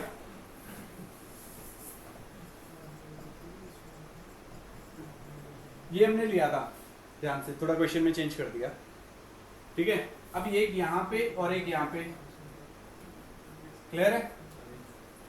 तो इस केस में हमारे पास CH3 यहाँ पे तो H आएगा, यहाँ पे आ गया C पे प्लस साइन, यहाँ पे आ गया CH2 और यहाँ पे आ गया CH3। यहाँ तक क्लियर है? ठीक है, इसके अंदर अगर हमें प्रोडक्ट बनाना था तो आपने प्रोडक्ट बना देना था CH3 CH3, यहाँ पे H आ गया था, यहाँ पे CH Br आ गया था, यहाँ पे CH2 हो गया था, CH3 हो गया। ठीक है, ये आंसर गलत हो गया था। अभी क्या होना था, यहाँ पे ये पॉजिटिव साइन है, this is secondary carbocation, 2 degree carbocation है। अब हम यहाँ पे रीअरेंजमेंट क्या करेंगे, ये H उठा के यहाँ पे लेके जाएंगे या ये CH3 मूव करेंगे। अब दोनों मूव करा रहा हूं मैं, यहाँ पे CH3 भी मूव करा रहा हूं और H भी मूव करा रहा हूं। क्या बनेगा, CH3C, यहाँ से CH3 मूव कर दिया तो यहाँ पे प्लस साइन आ गया, यहाँ पे CH के पास CH3 आ गया, यहाँ पे CH2, यहाँ पे आ गया CH3, यहाँ पे H रह गया। CH3 जो था वो मूव करा दिया मैंने, यहाँ से उठा के यहाँ पे इस कार्बन पे पहुंचा दिया। ये 2 डिग्री कार्बोकेटायन था, यहाँ पे फिर प्रोडक्ट क्या बन गया मेरा, 2 डिग्री कार्बोकेटायन, कोई फायदा ही नहीं होएगा। अब दूसरे केस में हमने ये H प्लस को मूव करा दिया, यहाँ से H को मूव कराया, H प्लस को नहीं H को मूव कराया, तो क्या बनेगा CH3C, CH3 यहाँ पे आ गया plus sign, CH2 CH2 CH3। अब ये 2 डिग्री से 3 डिग्री में कन्वर्ट हुआ। जब भी 2, देखो हमेशा रीअरेंजमेंट कब होगी, जब ज्यादा स्टेबल कार्बोकेटायन ज्यादा स्टेबल हो रहा है। 1 डिग्री से 2 डिग्री बना था, 2 डिग्री से 3 डिग्री बना। अब ये 3 डिग्री कन्वर्ट हुआ तो ये ज्यादा स्टेबल हो गया और Br इसके ऊपर आके अटैक करेगा, Br माइनस इसके ऊपर अटैक करेगा, तो it will become CCH3 Br CH2 CH2 CH3। This will be the major product, not this. फिर वो ऊपर वाला सेम ही है और नहीं, ऊपर वाले में तो वही सेम ही हो रहा था ना, उसमें तो कुछ कन्वर्जन आ ही नहीं रहा ना, वहाँ तो कार्बोकेटायन यहाँ पे 3 डिग्री में ही आ गया ना हमारा, अब वो सिचुएशन ही नहीं वो हुआ ना। प्रोडक्ट सेम ही है। हाँ वो तो क्वेश्चन ही अलग हो गया ना मेरे भाई, हमने डबल बॉन्ड की पोजीशन ही चेंज कर दी ना इसमें, तो क्लियर हुआ? ठीक है, अभी एक और क्वेश्चन आता है इसके अंदर। अगर सपोज करो यहाँ पे मेरा CH3 होता और यहाँ पे मैंने बेंजीन रिंग लगा दिया होता, तो किसका रीअरेंजमेंट होना था, कौन मूव करता, CH3 मूव करता या बेंजीन रिंग मूव करता? उस केस में वो वाला पार्ट मेरा मूव करेगा जो पॉजिटिव चार्ज को ज्यादा न्यूट्रलाइज करेगा। बेंजीन CH3 को मूव करते हैं, ये पॉजिटिव चार्ज सबसे कम किस में होगा, CH3 को या बेंजीन रिंग को मूव करना है। अब CH3 एक इफेक्ट दिखाएगा, कौन सा इफेक्ट दिखाता है, या 2 इफेक्ट दिखा देगा, हाइपर कॉन्जुगेशन और इंडक्टिव इफेक्ट, ठीक है, प्लस आई इफेक्ट। और जो बेंजीन है वो कौन सा इफेक्ट दिखाएगा, रेजोनेंस। और रेजोनेंस का जो अगर हम वहां पे ऑर्डर देखें तो सबसे पहले कौन है, कौन सा कंपाउंड, बेंजेनॉइड कंपाउंड, फिर मेसोमेरिक, फिर रेजोनेंस, फिर हाइपर कॉन्जुगेशन, फिर इंडक्टिव इफेक्ट, फिर उसके बाद इलेक्ट्रोमेरिक इफेक्ट। तो मेसोमेरिक बहुत ऊपर है या रेजोनेंस बहुत ऊपर है, तो बेंजीन रिंग इसमें पहले मूव करेगा, तो यहाँ पे क्या आनेगा, यहाँ पे बेंजीन रिंग मूव कर जाएगा और फिर यहाँ पे हमारा ब्रोमीन। इन दोनों में से कौन मूव करेगा, जो पॉजिटिव चार्ज को ज्यादा न्यूट्रलाइज करेगा। ये चीज आपको ध्यान रखनी है, ठीक है। ये है रीअरेंजमेंट में, ये आपको पूरे कोर्स में मिलेगा जो है जो दूसरे वाला। नंबर ऑफ कार्बन पे भी डिपेंड करेगा ना, अगर मान लो बेंजीन की जगह ब्यूटाइल होता तो ब्यूटाइल बिल्कुल, क्योंकि वो ज्यादा इफेक्ट डाल रहा होता, ज़्यादा आई करता क्योंकि जितनी बड़ी कार्बन चेन उतना ज्यादा। बिल्कुल, चलो कल मिलेंगे फिर हम, ठीक है, इसकी फर्दर